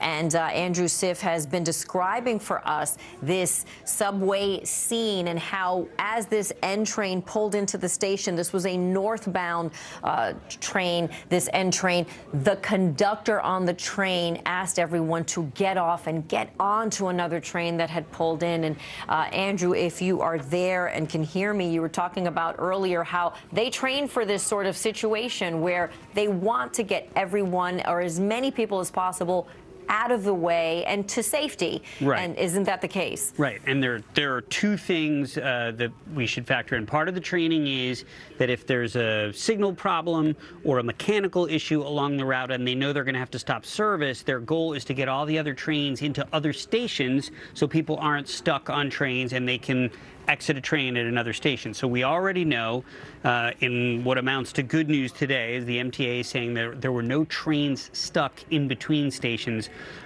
immediately after this incident. So that's part one. And then what you were just talking about, you could hear clearly the emergency instruction from MTA personnel for the passengers who were exiting that northbound N train to get on the approaching R train there. And that is something that they train for because, again, if you can see people on the platform there, some of them injured, some of them possibly injured, some of them possibly overcome, and then you anticipate that first responders have to get to them, it doesn't help anybody to have a huge cluster of confused passengers in the way. So part of what may be a proper protocol there is to get people on the moving train out of that station, and you can always then have them get out at the next station. If it's determined that the system is not necessarily the safest place because they're actively looking for someone, you can still take them one station, get out there. So what you were saying, Darlene, is absolutely correct. This is something that is part of the training, and it's unclear. We'll hopefully learn from the MTA at this news conference whether that was part of the protocol there, but it sure looked like it. Andrew, we heard earlier, Jonathan Deans had reported earlier this morning that the camera, that we're not sure which camera, but the camera there at the scene inside the subway station, we're talking about the MTA camera, was not operational. You mentioned something like 472, I believe, was the number of subway stations. So it's a challenge to have operational cameras. However, I think there will be a lot of questions asked as to why not. Right. Think about anybody who has a home security system on their house out out there, how frustrating it is if one of your 2 cameras is down. Now think of the MTA as a house with 472 rooms. The odds are any given day, one of those cameras is going to be down, and then it's also expected to be recording and transmitting 24 hours a day, 7 days a week. So there's a huge technological challenge there. I'm sure there will be questions about redundancy. As we've reported today, that's a major station, 36th Street, where people change from a local to an express, express to a local. And so you would expect, if the surveillance cameras there were operational, that a lot of this activity would have been depicted on it. So that'll also be part of the ongoing investigation. Certainly will. And talk to us about that subway station and how busy that is. We had Kenneth Foote Smith. He's from Sunset Park, originally from Atlanta, living in Sunset Park on his way to work, like so many people on the subway. I mean, when you think about how many people use that subway, and Andrew, now so many more people using it, right? With a lot of restrictions having been relaxed, if you will, and more people feeling comfortable riding the subway, and then something like this happens. Right. It's worth keeping in mind that before the pandemic, you had 6 million people riding the subways. After the pandemic, of course, we're not in the after, but sort of in the post-pandemic period, ridership had absolutely plummeted, as you look at some more of the video that unfolded this morning. But we're back above 3 million, somewhere around 56% of normal ridership. And so while that's still way off the pre-pandemic crush and the super crowded conditions, that's a lot of people throughout the system. Sunset Park, 36th Street, a major station, 8:30 in the morning. Definitely the height of rush hour there. That's really probably close to the peak time for people transferring from an N to an R or a D and vice versa. And so that is something that may factor in. Jonathan Deans was talking about one of the things they have to weigh is whether, you know, the intentionality here, and it certainly appears on its face to be height of rush hour, busy station, on a train, adjacent to a platform, just a frightening scenario that things could be that crowded. And you know, the witness, Kenneth, who we talked to, said a couple of interesting things. He said that that train had been stopped before it reached the station. And of course, we know that happens a lot. There may be a red light, there may be a signal, whatever. And the train was stopped, and it hadn't pulled into the station. And that's when this whole incident happened. So that was one interesting thing. The other thing is that when the smoke started filling in that third car, Kenneth, who was in the car ahead, said people started running to his car, and they tried to open the doors and sort of make that switch in between cars, and that on his side, the door was jammed. And he said, Andrew, it was like a horror movie. Right. And not every subway line has doors that open on the end of cars, and even the ones that do, there are signage that tell passengers you can't go between cars. Of course, anyone who rides the train all the time knows that whether it's emotionally disturbed folks or people ignoring the warning, do travel between cars against official MTA advice.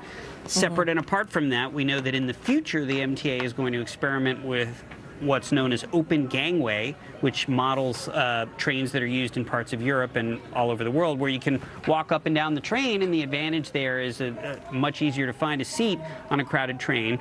And in this situation, certainly would allow people to get more distance from an incident that's unfolding. But definitely the type of that train car will be part of whether or not being able to escape an incident in a car is an emergency factor going forward that needs to be addressed. And I think those of us who used to ride the train back in the day, if you will, remember the days where those doors opened very easily and you were able to walk up and down, and it would seem especially terrifying to be trapped in, let alone a shooting situation, but even a smoke condition. Right. And if we haven't mentioned it already, Darlene, we should mention that the transit union, the TWU, did say that none of their employees were injured in this shooting, and that it appears that all of the injured, and that the total is still fluctuating in the moment, all of the injured were indeed passengers. They were passengers, and that's a number that we could see go up or down at some point, because we understand the number at this hour remains 5 people shot, could be 8 to 10 if we factor in that there may have been some injuries involving shrapnel, bullets that ricocheted. We're talking about a a subway system, and that is a small place. And I had asked you about that subway system before, whether it was a place with lots of tunnels, and you said it's very, very busy, but that's what you have there. You're pulling in on the express and you're taking the local, or vice versa, correct? That's right. And normally, you know, what people do is, if there's another train going in the same direction across the platform, you're excited normally that it's a perfect connection. That's the speediest possible transfer. People do it all the time. And it also might explain why you could see in that video so many people complied with the emergency instruction to get on that next train. It's an action they take every day. It does seem normal. It's not like they're being told to do something that they never do. And so that might be another potentially life-saving situation here, that there was a northbound train across the platform, doors opening, and from the video we could see, it looked like it was pretty empty, so there was plenty of room for people to get on and essentially functionally evacuate that station. And it seemed to me counterintuitive before you just said a couple of the things you just said. It would seem to me to be counterintuitive to flee one train and then hop on another, but if that's not a station that you ever get off at, I don't think you'd want to necessarily get off, because where then would you know to go? Right, exactly. And you don't know what's happening. And, you know, in this situation, the transit employee is essentially your first responder there. And they're telling you, go get on that other train. You really don't have much of a choice but to follow that instruction there. And so you can see just sort of the pace of those folks in this video here, getting off the train. Just imagine what that is, and then you're told, get on another train. And you can only imagine the terror. And I was talking with John earlier, John Dienst, about people feeling comfortable again riding the trains. Now, this is not your run-of-the-mill sort of subway crime, if you will, but subway crime on everyone's mind lately, Andrew. And this is just a horrifying event to happen to anybody, anywhere. Right. It only adds to what the incoming transit president told me the other day, which is that perception is reality.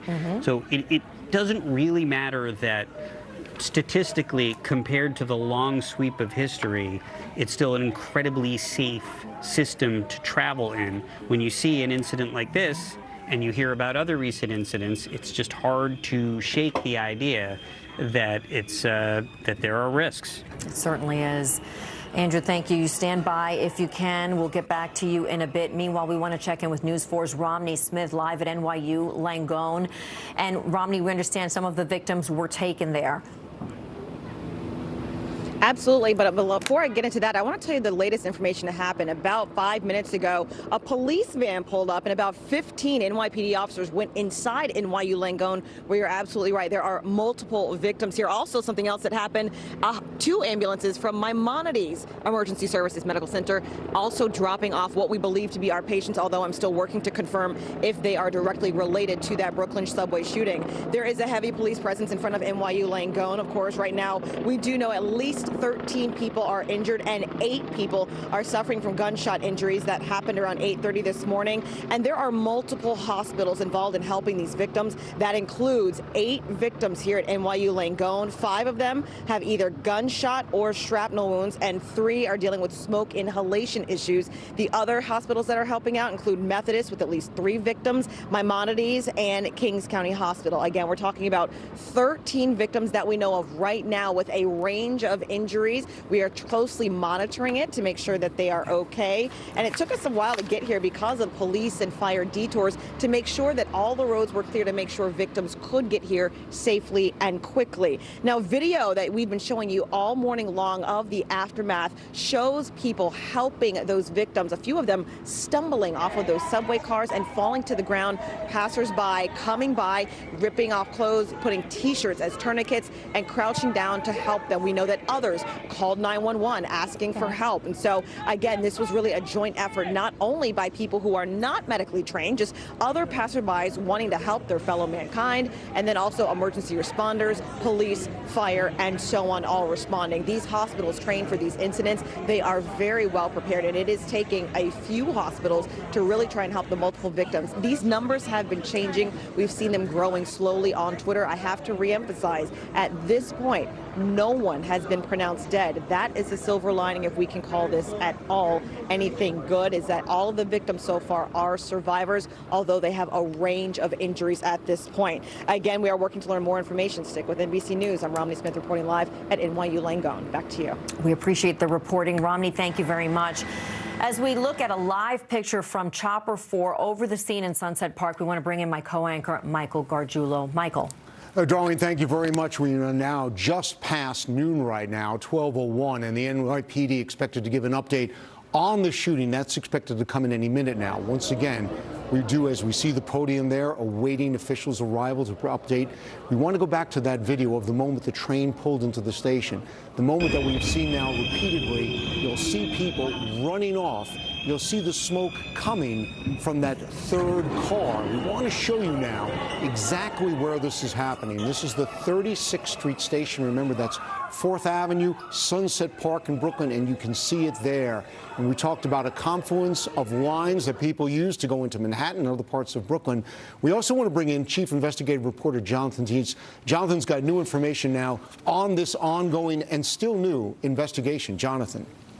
Yeah, the manhunt for the suspected gunman ongoing at this hour, all described only as a male, 5'7", 175 pounds, wearing some sort of orange work vest, perhaps in some sort of MTA-type uniform, and that it was while that N train was rolling into this 36th Street station that he set off some sort of smoke device and then pulled out a gun and just began shooting at passengers during the morning rush. This happened around 8:26 this morning on the Manhattan-bound N train in Sunset Park, Brooklyn, and passengers fell out of that train, ran out of that train, some fleeing the station, others ran across the platform to a local R train, which then took off and took passengers one stop, where some of the injured there then got out and fled to or were taken to area hospitals.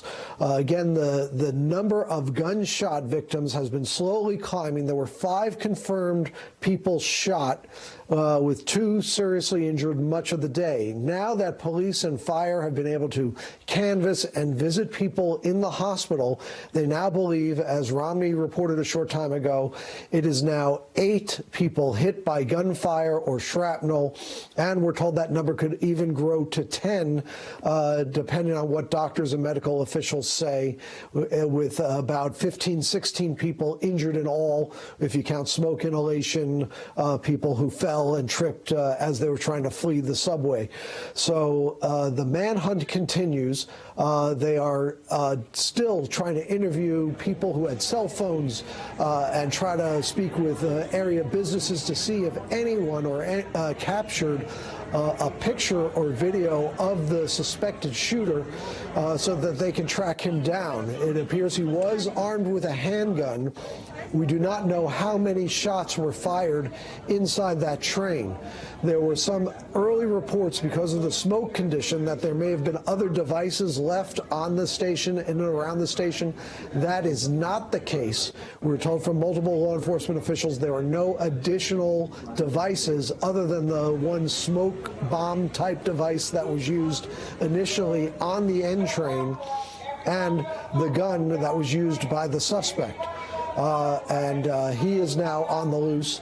You have the NYPD leading the investigation, the FBI, Homeland Security, ATF, HSI, among the agencies that are on scene assisting. Motive for this attack unknown, unclear, because they've not found the suspect. Unclear what that uniform was. Was it a fake to trick people? Was he an actual employee? Unclear. We're waiting to hear more from a news conference that could be coming in the next few minutes or so at the scene. We've been waiting for police and fire officials to try to get all their facts together so that they can present an accurate picture at the press conference, which is what they're working on at this very moment. But again, as many as 8 people shot, hit by gunfire on that train, 2 of them seriously wounded. There are no fatalities. The motive for this subway rush hour shooting is not known. The whereabouts of the gunman is not known, and local and federal authorities are working desperately to try to find him, given the threat he clearly poses to the city at this time. And Jonathan, Michael. just to pick up some of the points that you just made, we do not know if this person was an actual employee, a person who you can buy a reflective vest in an Army-Navy store, at a store that sells construction equipment. The complicating factors here, the definitive factors here they're looking at is, was that in fact a smoke-generating device he had, that person brought on purpose with that handgun? That gives investigators a different look at someone as opposed to someone who got on and began firing. It speaks to the nature of planning and the purposefulness of the assault, of the attack, of the shooting. Exactly right, Michael. It suggests premeditation. And the question is why? What was this person's motive? Why that end train? Why innocent passengers? Why the morning rush? All these are questions that need to be sorted out that they're just not going to have the answers to until they find this individual, question him, and perhaps search his home, get a hold of his social media, and figure out what's on his phones, what's on his computer. But the first key issue is finding him. And it is unclear even at this point. We've not heard any clarity from law enforcement on how the suspect got out of that station. Did he go jump into the tunnel? That was an initial report. Then did he head up the stairs and flee to the streets? It is unclear what happened to the suspect after that smoke bomb and gunfire took place. So the search is on. We are expecting a briefing shortly. I am not aware of any clear photo of the gunman that is available or that is going to be made available anytime in the immediate future. Obviously, it's in the interest of law enforcement to put that out. That way, if anyone recognizes this suspect or has any information, that they call, provide the tip that helps police solve this. But right now, they are poring over cell phone video like this that shows, the wounded on that platform. It's really amazing when you think about people crammed inside an end train, dozens of people, as you see there, fleeing the train, a man opening fire with a handgun, and fortunately, no one was killed. So the investigation very much ongoing, the manhunt very much ongoing, the wounded being treated at area hospitals, and a news conference expected in a matter of within the half hour. We were told it was going to happen around noon, so hopefully sometime soon we'll hear from authorities. Absolutely. Jonathan, thank you very much. I want to pick up on what Jonathan just said. We again are moments away from that NYPD press conference. We just found out now that Governor Kathy Hochul will be there as well, and we're going to bring you that press conference live as soon as it begins. But right now, we want to go to News 4's Miles Miller. Miles is live in Sunset Park. Miles, you have talked to people who've experienced the concern of having loved ones nearby, loved ones in school, loved ones on the train, an anxious moment for so many people. That's right. If you know Sunset Park, you know it's a neighborhood of families. A lot of people who came here from Mexico, Guatemala, places like that. They live in this area. They take the trains in this area. The schools here filled with students who came from around the country. So you can imagine the surprise from the families when they heard what happened here. Let's take you to the press conference. Investigation is very active. The incident is still unfolding. You're going to hear from First Deputy Mayor Lorraine Grillo, Governor Kathy Hochul, Police Commissioner Keyshawn Sewell will outline the events as we know them. Laura Kavanaugh, the First Deputy Commissioner and Acting Fire Commissioner, will walk you through casualties. Jeno Lieber from the MTA will give us the status of the system, and then we'll be able to entertain some limited questions. There will be another briefing later this afternoon where we'll be able to update that, and then additional briefings as needed. First Deputy Mayor Lorraine Grillo. Thank you, John. So from the very minute this incident occurred, the mayor and I have been on the phone monitoring the situation constantly. We have worked with all of our agencies, the FDNY, and... This is an NBC News special report. Here's Lester Holt. Good day, everyone from New York. We're coming on the air with breaking news. At least 5 people were shot and multiple injured in an attack that took place at a busy subway station this morning in Brooklyn, New York. The shooting happened at the 36th Street station at the height of rush hour. Authorities are looking for a suspect who was seen with a gas mask and an orange construction vest. Right now, there is a massive police response on the scene as they search for the shooter. It's a situation developing rapidly with new information pouring in. We're getting an update right now, we believe, from officials on the scene. Let's take you there. First Deputy Mayor Lorraine Grillo. Thank you, John. So from the very minute this incident occurred, the mayor and I have been on the phone monitoring the situation constantly. We have worked with all of our agencies, the FDNY, NYPD, OEM, all of the agencies who have worked really hard together, and we continue to throw all of the city's resources at this situation. We've made all of the resources available, and we'll work with the Office of Emergency Management for any additional needs. I'm going to ask the Police Commissioner, Keyshawn Sowell, to speak to you and give you an update on the events of today. Thank you. Good afternoon. We're here to update New Yorkers about an active shooting incident that took place this morning inside the 36th Street subway station on the N line. I want to begin by assuring the public that there are currently no known explosive devices on our subway trains, and this is not being investigated as an act of terrorism at this time. We can also report that although this was a violent incident, reportedly we have no one with life-threatening injuries as a result of this case. This investigation is only hours old, so please note this information is subject to change. Just before 8:24 this morning, as a Manhattan-bound N train waited to enter the 36th Street station, an individual on that train donned what appeared to be a gas mask. He then took a canister out of his bag and opened it. The train at that time began to fill with smoke. He then opened fire, striking multiple people on the subway and in the platform. Again, we will describe him as an individual. He is being reported as a male black, approximately 5 feet 5 inches tall with a heavy build. He was wearing a green construction type vest and a hooded sweatshirt. The color is gray. At this time, we are working with our federal partners, where we are asking for the public's help.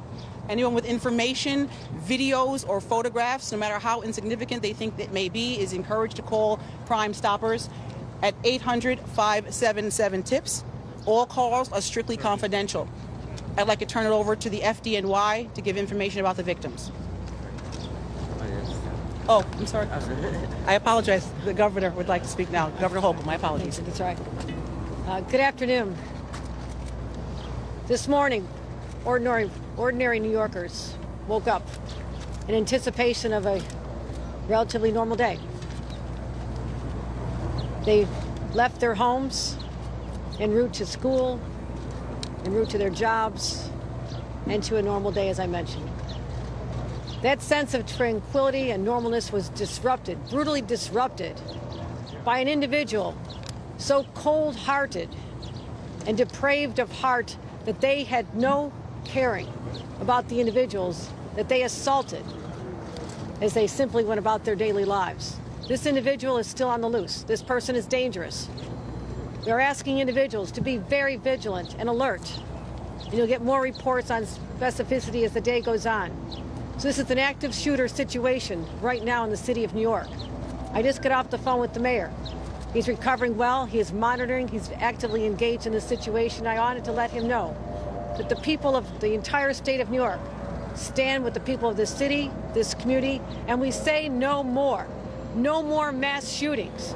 No more disrupting lives. No more creating heartbreak for people just trying to live their lives as normal New Yorkers.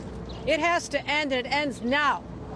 And we are sick and tired of reading headlines about crime, whether they're mass shootings or the loss of a teenage girl or a 13-year-old. It has to stop. I'm committing the full resources of our state to fight this surge of crime, this insanity that is seizing our city, because we want to get back to normal. It has been a long, hard 2 years. That's what we crave. that sense of stability and normalcy. And this is what the mayor and I are going to continue to work toward. And I thank the partners, the brave people of the MTA, the first ones who had the sense, the drivers of the train, to leave the station to make sure no more victims could be hurt. The NYPD, FDNY, state police, everyone involved in this has one purpose, and that's to stop the insanity of these crimes. You'll hear now from our fire department. I want to thank them for being there to help us diffuse a volatile situation. But we'll be giving continued reports as this day unfolds. Again, we ask everyone to be careful, be cautious, report what you see. It is likely that someone out there listening to this is going to help us lead us to that individual. You have a description of what they're wearing. You know the details. But this is the day we pull together as New Yorkers, united in a common purpose to say no more. And that is what I'm going to continue to do as the governor of the state of New York, working with our local partners right here. Thank you. Thank you, Governor. Good afternoon. This morning, the FDNY received reports of gunshot victims in the subway. Thanks to their quick response, we were able to treat 16 patients. 10 of those patients are suffering from gunshot wounds at this time, and 5 of them are in critical but stable condition in our local hospitals. Yes, we have 16 total patients.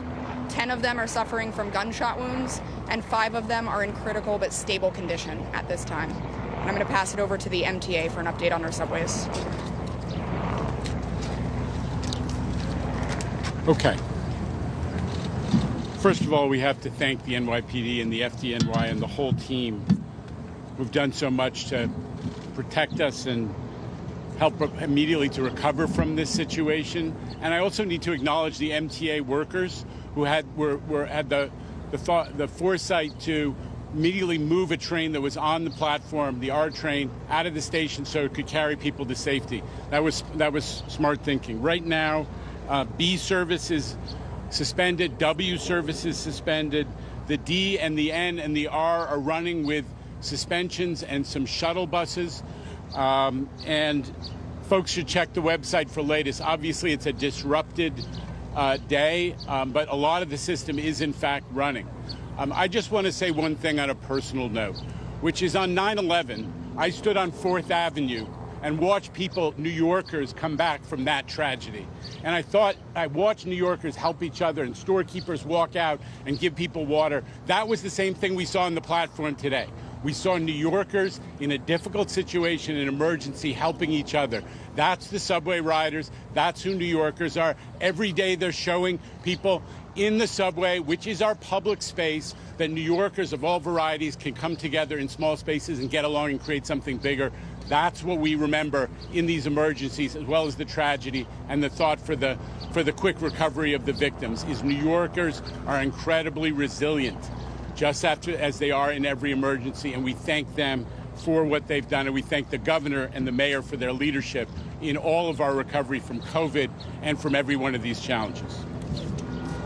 So just to reiterate, we're going to be very limited in what we are able to answer in questions. Just to also underline our partners here, we got Mike Regan. Mike Regan is the Assistant Special Agent in charge of the Joint Terrorism Task Force with the FBI and NYPD. John DeVito from ATF, who's helping us with tracing efforts and investigation. He's the Special Agent in charge for New York City. We have the Brooklyn District Attorney, Eric Gonzalez, who is also here.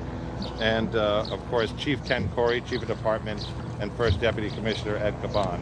We'll start off with questions for the police commissioner. Commissioner, was the shooting on the train or on the platform? Was the suspect on the platform or in the train? And did it all happen in the 36th Street station, or what happened down in 25th Street? The suspect was in the train car. The shooting began in the train car.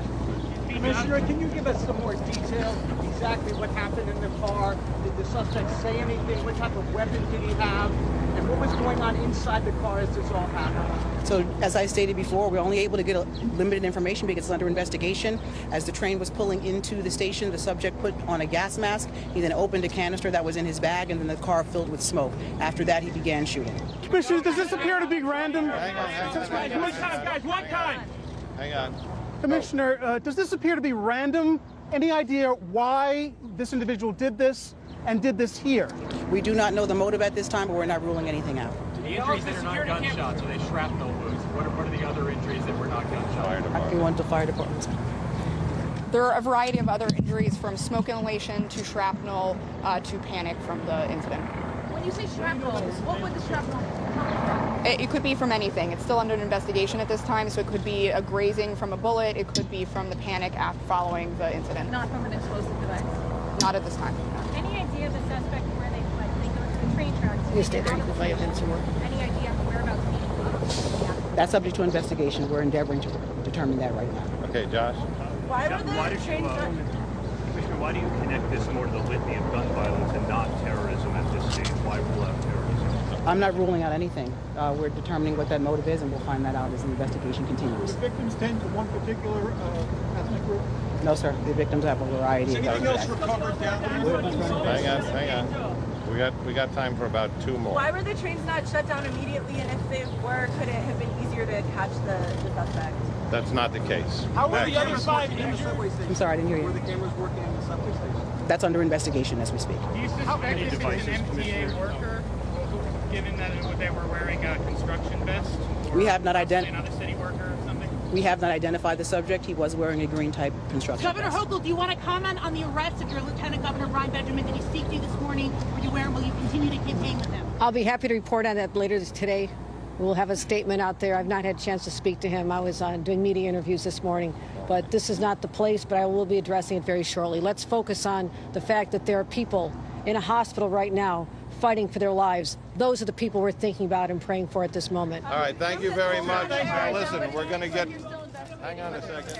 Officials concluding their first briefing about the shooting on and around a platform, New York City subway train this morning. We've got some updated numbers. 16 people total being treated or have been treated. 10 of them suffering gunshot wounds. 5 are in critical but stable condition. We also heard from the New York City Police Commissioner this is not being investigated as an act of terrorism, but at the same time noting that nothing is off the table. They're not ruling anything out. The suspect opening fire on an N train this morning, a little close to 8:24 this morning, according to police, donned a gas mask, opened a canister that began dispelling smoke, and opened fire. We've seen pretty dramatic video of people fleeing that train in panic. And there you see the description of the man they're looking for: heavy build, the green construction type vest, and a gray hooded sweatshirt. They're not talking about a possible motive right now, saying again that everything is being looked at. Let's go right to the scene. NBC News correspondent Ron Allen is standing by. Ron, what more can you tell us? Buster, it's interesting that all of this happened in the subway car just before it pulled into the station. We don't know why this individual did this. We don't know exactly what this device was that he pulled out of his bag and set off as a smoke canister of some sort, and then opened fire. It appears that this was random. I asked specifically why here, why this individual, and the commissioner could offer no insight into that. The other very important thing is that this individual is on the run. There is a manhunt underway for him, and it is described as an active shooter situation, again, throughout New York City. We have no idea, the police have no idea where this individual went. They are looking for him all over New York. And obviously that's going to put a lot of people on edge because he is still presumably armed and now perhaps aware that he is being pursued. So he is obviously at this point a potentially dangerous individual. So this is broadened. When we arrived here this morning, this seemed to be a situation that was focused on a neighborhood in Brooklyn. It is now a citywide or even broader hunt for this individual who's responsible for this. Again, 16 people injured. 5 of them gunshot victims who are still in critical condition at local hospitals. At this point, there are no fatalities to be reported. But again, you can see the scene here. Officials are going to brief us again later in the afternoon. But again, the bottom line is that this individual is still at large. It's unclear whether he stayed on the train. There were some reports suggesting that he got off the train and fled into one of the subway tunnels. It is unclear exactly the extent of the manhunt, but it is throughout New York City, certainly, and perhaps beyond. The train was in Brooklyn, where we are now, headed to Manhattan. It's just another few stops. This would have been a regular commuter route from this neighborhood, this working class neighborhood, into the city. And again, it comes at a time now where subway ridership is picking up across the city. People are emerging from the pandemic. New York is getting back to normal, quote unquote, whatever that new normal is going to be. But there's a lot of activity. And there's also been a lot of gun violence, a number of very high profile events in recent days and weeks, putting people on edge. This all adds to that. And as I said, the bottom line, the most important fact now perhaps, is that there is still an individual on the run, at large, somewhere in the city of New York or beyond, who police desperately want to find. Lester? Ron Allen, thank you for that. Let's bring in NBC News Justice correspondent Pete Williams. And Pete, they say they're not investigating this as an act of terror. Clearly, it's a terrifying act, however. We understand the Joint Terrorism Task Force was involved. What more can you tell us about all this? Well, they would normally be involved in something like this, Lester, to lend support to NYPD, which has the lead. But let me just give you a little clearer picture where this happened. So it's on a northbound train. The N train is coming up here from Brooklyn, headed to Manhattan. And as the train is coming into the 36th Street station, that is when the gunman pulls out a gas mask, pulls out the canister, fills the car with smoke, and begins shooting. The train stops. You've seen pictures of people getting out, but then many of the people run across and get on another train up to 25th Street, which is the next stop, and get out there as well. And Lester, that's one of the reasons why early this morning there were initial reports that said perhaps the shooting happened at 2 different places. A handgun is the weapon apparently used. No indication at this point that the gunman said anything when firing, and that could be an important piece of information, because sometimes in terrorism attacks, gunmen or people who are attacking or setting off explosive devices do say something. And that brings me to the third point, explosive devices. Initially, the reports were that a number of potentially suspicious or unexploded devices had been found either in the car or on the platform. Now we believe that is not the case. The confusion is understandable. The first responders are arriving.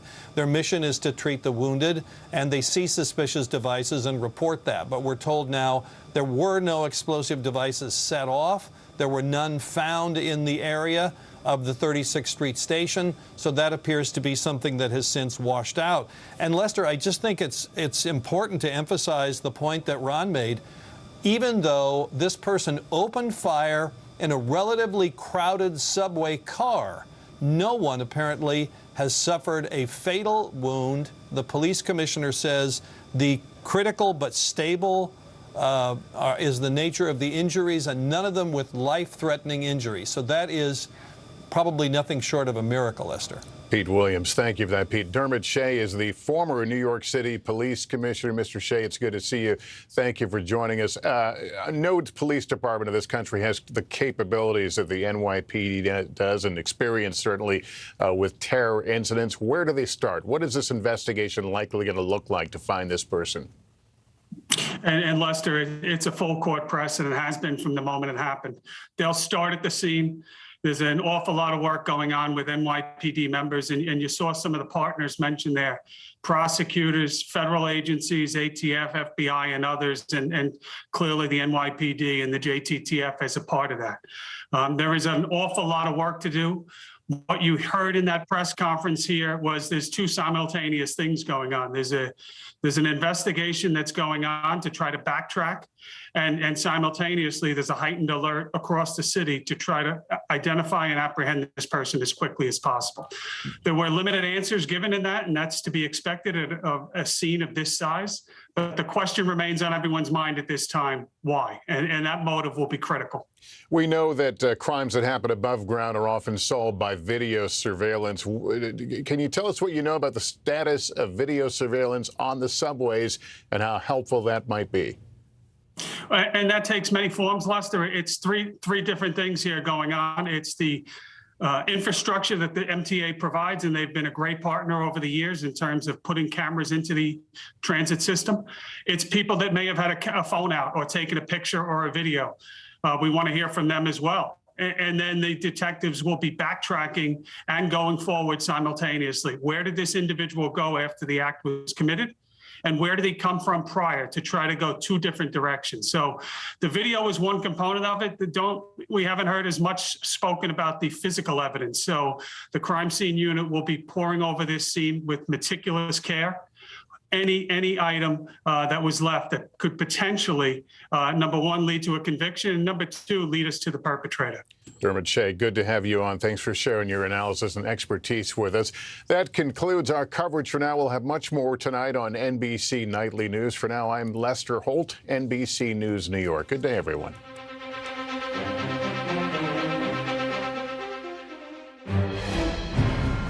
We continue to follow breaking news at this hour. A mass shooting at a subway station here in New York City. Now, as of right now, we know that 10 people were shot. At least 16 people were injured in some manner. 5 people in critical but stable condition at this hour. Take a look at this video.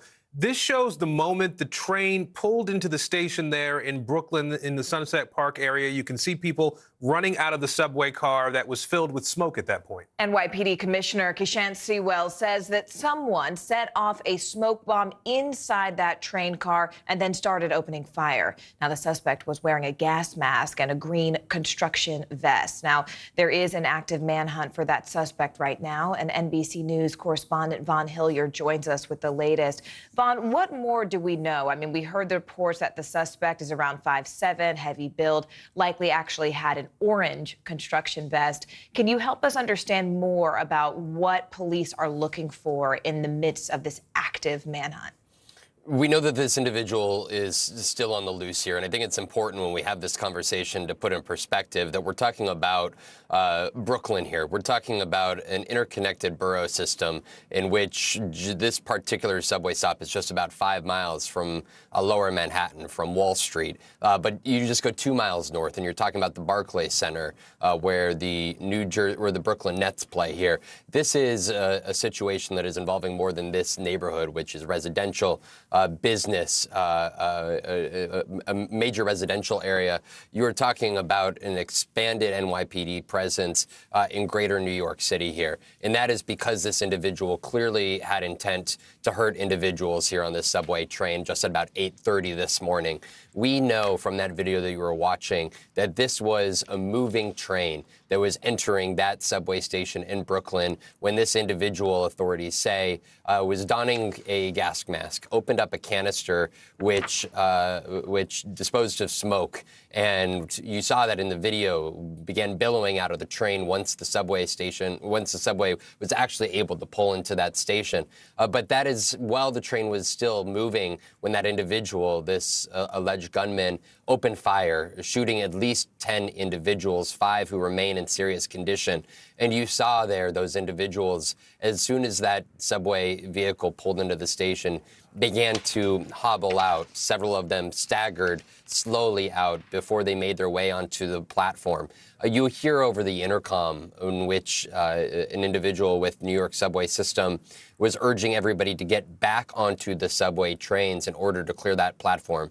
We do not see in any video or photos at this time this alleged gunman here, who is described as being anywhere from 5'5" to 5'7", heavier build, 175 pounds, a black male, who was wearing potentially, the latest we actually just got was more like a green colored vest here. But there's still questions that remain as to where that individual went. We know that that there are 16 individuals who were injured in this. Again, 10 shot, 5 in serious condition. But the latest is that this was an incident that took place while the subway was moving in transit. The question, though, is what was the ultimate motive of this individual, and to what extent do they still pose a risk to the greater New York City area? Because at this time, no fatalities, and they don't expect there to be any.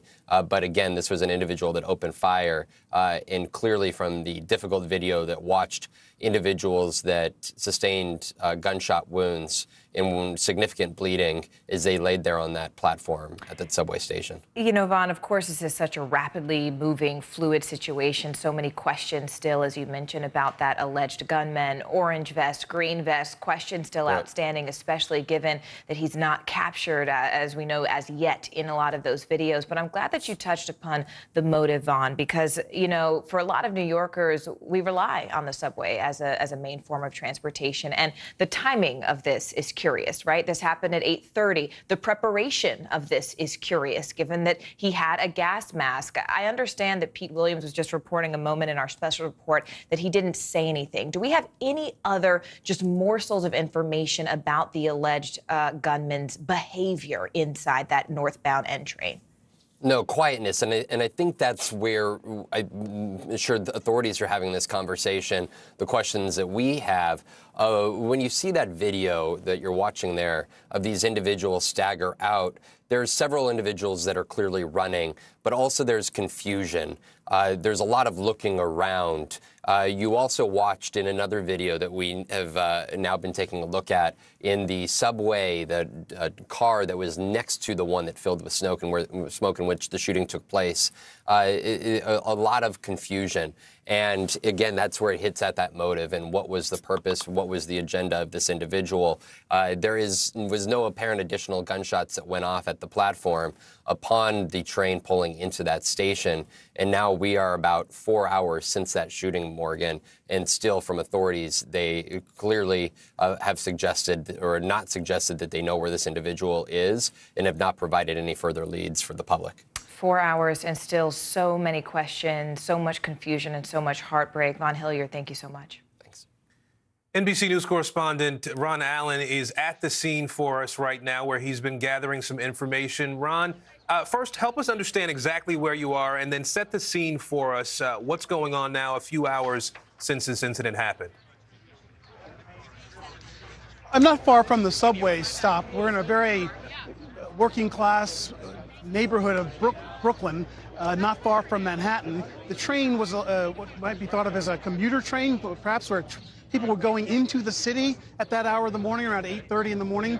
And we just heard a very as detailed description as the authorities have given yet as to what happened, that this individual, as the train was about to pull into the station, took something out of a bag, a smoke canister of some sort, set it off, put on a gas mask, and opened fire, wounding as many as 10 people on the train, 5 of whom now, the authorities say, are in critical but stable condition. There were a total of 16 people who were injured, some of them in the rush and confusion of people getting off the train once the train pulled into the station.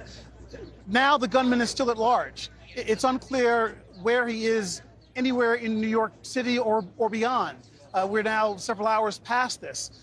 They've given a description of a black man, about 5'5", heavyset, who was wearing a green construction vest and a gray sweatshirt, which of course he probably has changed by now. Nonetheless, there is this individual at large. This is still considered a very active situation. They have no idea where he's gone, and they have no idea why he did this and why he did this here in this particular neighborhood. There seems to be no particular target here.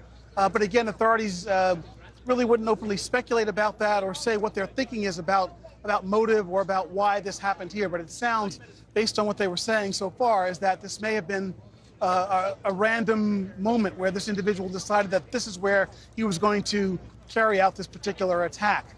So that's what we have now. Authorities are trying to go through as much security and surveillance video as possible from the train station, from individuals who have cell phones, from the cameras that are on stores and businesses in this particular neighborhood around here. So a lot of investigative work to do right now. And the bottom line is that there is a manhunt underway to find this individual, and he's still very much at large and considered very dangerous. You know, Ron, when incidents like this happen in New York City, there are often questions about potential links to terrorism. The nature of what we saw today, where someone is on a train in New York City where people are trapped. I mean, you're on that train, the doors are closed, you don't get off until you pull into a station. So these people were not able to get away immediately as this was unfolding. So these questions around terrorism, to what degree have they been addressed at this point? And to what degree have questions about explosive devices been addressed at this point? No explosive devices have been found. That's one thing. The only device seems to be this canister that was open that caused smoke. But it's not being described as a explosive device. There were reports of undetonated explosives. The police say that's just didn't happen. It wasn't there. So there's that. As far as what terrorism, when asked about that, officials said that they're not investigating this as a terrorist act right now. But the police commissioner then said that nothing is off the table, that they're looking at everything, and whether this was terrorism or not may be based on what they can determine to be this individual's motive whenever they find that individual. The officials were asked whether he said anything as he did this, and the answer to that was they're not sure at this point. That could be another clue if he said something political that would perhaps raise this to the level of a terrorist attack. But at this point, again, the authorities have revealed very little information about who this individual is. They don't know why this happened here. They only know that this happened on a train bound for New York City. They don't know where this individual got on the train or where he was getting off or why he picked this particular line. So a lot of unanswered questions as to motive. And it still could be determined that this was an act of terrorism. But the bottom line is whether it was terrorism or not, there are still 16 people who are injured, 10 who were shot, 5 who are still in critical condition, and a gunman on the loose in New York City or beyond being pursued by police. All right, Ron Allen for us in Brooklyn today. Ron, thank you. I want to go ahead and bring in Jesse Kirsch right now, our correspondent who's standing by at a Brooklyn hospital right now. Jesse, do we have any update on the victims, those who were injured and those who are in critical condition? Yeah, Morgan, we know that there are 16 people who were injured with a range of injuries during this incident, according to officials. And we are here at NYU Langone Hospital in Brooklyn at 55th Street and 2nd Avenue. And you can see off to the side here, there is a police van. There's a pretty substantial NYPD presence here. It is entirely calm. That you can see they don't even have their flashing lights on at this point. But there is a noticeable police presence on the scene here. NYU Langone tells us that 8 of the victims from this incident were brought here. They are all stable. We are told they have a mix of shooting wounds as well as smoke inhalation wounds. That is the latest we have from NYU Langone. So that is what we know about half of the 60 people who were injured during this incident. Again, we know it is a combination of smoke inhalation and, of course, gunshot victims as well, Morgan. Do we know if all the families have been communicated with, and what details do we have at this point, Jesse, about where those victims were headed or the circumstances of what happened on that train? Well, obviously, a lot of information still coming in. What I can tell you from the scene here is it is entirely calm. There isn't like a support system set up out here. There aren't people crying, which, of course, we sometimes see in the aftermath of tragic shooting incidents. So it is entirely calm out here. And from the flow of traffic of people walking through the neighborhood, I'm not getting any sense that we are seeing many families running over here at this point. So that's what I can tell you from this location. And obviously, we know this was an uptown train, so this was headed into Manhattan in the morning hours when many people would be going to work. And that N train does run through the heart of Midtown Manhattan. So, you know, those are obviously high traffic areas where people are going to work on a daily basis. But again, here at the hospital, very quiet, very calm, noticeable police presence. We know 8 of the people who were injured in this incident, who were shot and also had smoke inhalation, they were brought here. But at this point, that's all we're seeing on the ground here. And it is very, very calm, which, again, would suggest that the situation here is calm at this point, Morgan. And certainly a fluid situation, as you mentioned, Jesse. We appreciate you being there on the ground, and we know you will continue to update us on the conditions of those victims, those who were wounded in the aftermath. Thank you, Jesse. Just to update you on what we're seeing at this point, we're still showing you some of the images that are coming in from the scene in Sunset Park in Brooklyn from the shooting that happened early this morning. I believe we have with us now, we want to actually go back to WNBC, our affiliate in New York City, who's been covering this since it happened. Let's listen to their programming. And why they unleashed a really traumatic event here in New York City. And Miles, as you mentioned there, you're on 4th Avenue, and I can't help but notice this juxtaposition. You have a school bus behind you as we're talking about some of the most horrifying events that happened this morning just right nearby. But 4th Avenue, for those of us who know 4th Avenue and Sunset Park, I mean, this is a typical New York City neighborhood. There's a bagel store, there's schools, there's homes, it's a busy street. If you were looking for the mosaic of New York, Sunset Park would be your answer. You've got a school here. The students who go to school here have families that come from China, from Mexico, Guatemala. There are white students here. There are black students here. This is really a very diverse neighborhood here. And Sunset Park, for many years, for people who live here, has been a place that's been affordable for them. So they've known that they can raise their families here and not break the bank. And if you can imagine these people with these typical immigrant stories coming here, rising from nothing to really create something for themselves, then having to deal with this true American situation of seeing this kind of traumatic experience of gunfire and all of that happened on the train today. So really hard-working folks who are experiencing one of the worst days of their lives. Certainly. All right, Miles Miller, we appreciate your reporting this morning. Thank you. We want to go back now to former NYPD Chief of Department Terrence Monahan, who joins us in the newsroom. Sir, I wanted to ask you about what we might know now or surmise about the weapon used. If it was, in fact, a single weapon, a handgun, and we know that 10 people suffered gunshot wounds, so it speaks to a magazine with at least 10 rounds in it. Does that narrow the field of possibility at all, or is it too common? It's too common at this point. Also, 10 people may have been shot, but it's not uncommon in close quarters for a bullet to hit one person and then a second person.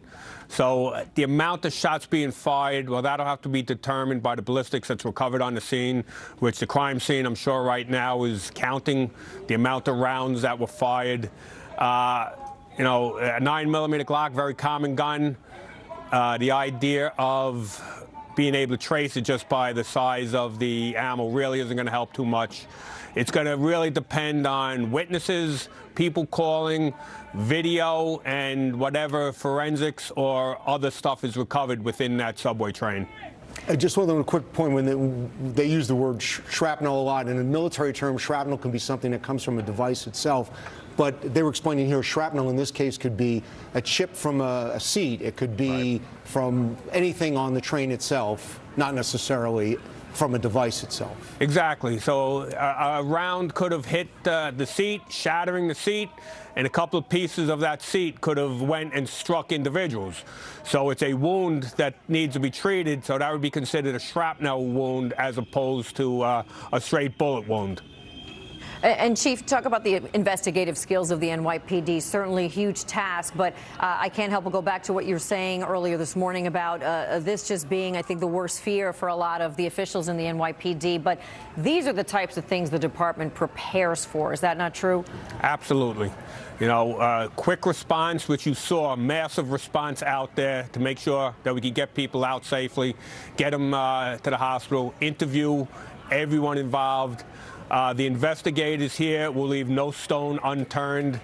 There is more than enough help between detectives in the NYPD, the greatest detectives in the world, the FBI agents, ATF agents, everyone taking a role in this investigation, meticulously going through everything, going through every single camera, having our crime scene unit, which is, you know, regrettably does so many crime scenes around the city, going through that subway car, picking up any piece of DNA, any piece of fingerprint that may have been left behind, and utilizing all our databases to see if we could find this individual. So there's no doubt that people in the city are afraid right now. Based on your experience, how much faith do you have that this gunman will be caught within, say, the next 24 hours? People have to get up tomorrow morning and go to work. Take a look at all the major cases in this city. Terrorist attack in Chelsea. It took us, I think, 96 hours to eventually find the guy who put a couple of bombs out there. This investigative team between NYPD and our federal partners is the best in the world. I have all the confidence that they are going to be able to identify a subject within 24 hours. And rest assured that as the investigators are doing their job, that there's going to be increased patrols all over the subway system.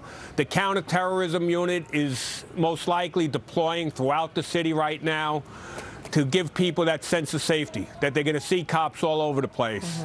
I'm sure there's mobilizations around the city going on, more cops being put out on the streets, just to make sure people feel safe. This is important. That, our subway system is the lifeblood to this city, so people need to feel safe in the subway. So I am sure that they're going to do everything and have this individual caught very quickly. All right, Chief Monahan, we appreciate you being with us today. All right, we want to go back out to the neighborhood. We want to go back out to Sunset Park, and back out to News 4's John Chandler. So, John, this would be the start of a school afternoon on a beautiful day when the biggest problem would typically be keeping these kids' attention as the weather is so nice outside. Yeah, and we've seen in windows and storefronts and schools along here, people clamoring to kind of see what's going on at the windows. Obviously, educators have to work very hard to keep their attention focused on what's inside the classroom and not going on out here. We can tell you 35th Street has just been cleared or working to be cleared, and 4th Avenue, 36th to about 37th will remain closed because, of course, that remains an active crime scene, which is just stunning to believe for people in this neighborhood who went about their business at a normal time this morning at 8:30, dropping kids off to school. Governor Hochul at this very spot mentioning that just about an hour ago. This morning, ordinary New Yorkers woke up in anticipation of a relatively normal day. They left their homes en route to school, en route to their jobs, and to a normal day, as I mentioned. That sense of tranquility and normalness was disrupted, brutally disrupted, by an individual so cold-hearted and depraved of heart that they had no caring about the individuals that they assaulted as they simply went about their daily lives. This individual is still on the loose. This person is dangerous. They're asking individuals to be very vigilant and alert. And you'll get more reports on specificity as the day goes on. So this is an active shooter situation. Those words resonating here this afternoon. An active shooter situation still here in Brooklyn. A quick note for families who are wondering how to pick up their kids and what to do because of that shelter in place. I just received notice from my school's principal for my two boys. We live a neighborhood over in Park Slope that the shelter in place has been lifted for District 15. We are working to confirm that with the DOE, but I just received that notice and communication from my teacher as well. So hopefully for parents out there, you're receiving those notices as well, as that is a big question in everyone's mind. How do I pick up my kids, and is it safe to pick up my kids yet? So I would imagine we will hear some clarification from the DOE on that as well. Darlene and Michael. Well, John, now that you've been there for a few hours, talk to us about the difference in the energy of that scene from when you first got there to now. Well, it was chaotic this morning, understandably. I got here just around 9 o'clock this morning. It happened around 8:26, and it was a panicked scene when I arrived here. It was also difficult to get in because it had been pushed and blocked all the way back 10 blocks and then extending almost 20 blocks in the northern direction. And that has since started to open up because, as Chief Monahan mentioned, this is a way of life. The subway is the lifeblood of this city, and this avenue here is the lifeblood of this community. And so people need to get their kids picked up from school. They need to go about their business throughout the day. And there is a feeling of hesitation as to whether or not it is safe to do that. Obviously, you hear active shooter, and that resonates in people's heads and rings in their ears at this hour, wondering if it is safe to go out. So there's a lot of questions regarding that right now. John, we know that you're a parent and you're a family man, and we understand that you've been concerned, of course, for your family. We're glad that you are all safe, and we really appreciate you being with us this whole morning and afternoon. Absolutely. Also in Sunset Park, Miles Miller spent much of today talking to people who have been directly impacted by what's gone on. Miles. There's not much to see now. Yeah, good afternoon to you. New information we've gotten from MTA sources that train smells of gasoline. There were gasoline canisters found nearby in the train, along with other unexploded smoke canisters. That's what we're being told by sources in the MTA. We also know that the suspect's gun apparently jammed, which is likely why more people were not shot in this incident. We are here in Sunset Park, 36th and 4th. It is a place that is heavily trafficked by people, especially in the morning. Many New Yorkers taking the trains that run through here to get from areas like Bay Ridge to get into the city. And so many people who were on that train, we're told, were students. Those people are included in the number of people who were injured. We're talking about 16 patients taken to local hospitals here, 10 suffering from gunshot wounds, 5 in critical but stable condition. This is an intense investigation being led by the NYPD with assistance from the ATF, which will try to use some of the shell casings to figure out what kind of gun was fired. Also working with the FBI to see if there's any nexus to any larger group. But right now, the NYPD trying to identify this suspect, figure out who he is and where he went to. Right now, we know the FDNY has declared this scene under control, meaning that their operations here have ended. Now the police investigation starts to figure out who this man is and why he carried out this attack this morning. I'll send it back to you. Before you go, we just have about 20 seconds left with you, though. Did you mentioned unexploded smoke canisters, and that's from MTA information, law enforcement information. Can you just go through that one more time? Yeah, yeah, that's right. MTA sources telling me that when they boarded that train, they found more of those canisters that had not been let off. That's what they're saying. And in addition to that, they found some gasoline, and the whole car smelled of gasoline. So it may point to what he was intending to do on that train. As that investigation continues, Miles, thank you. Thank you, Miles. And on top of all of this today, we are also following breaking news out of Albany. New York Lieutenant Governor Brian Benjamin was arrested today. 2 sources tell News 4 the lieutenant governor has turned himself in on campaign finance fraud-related charges. He's expected to face a judge in Manhattan any minute now. We will have an update on this case and, of course, the subway shooting coming up today on News.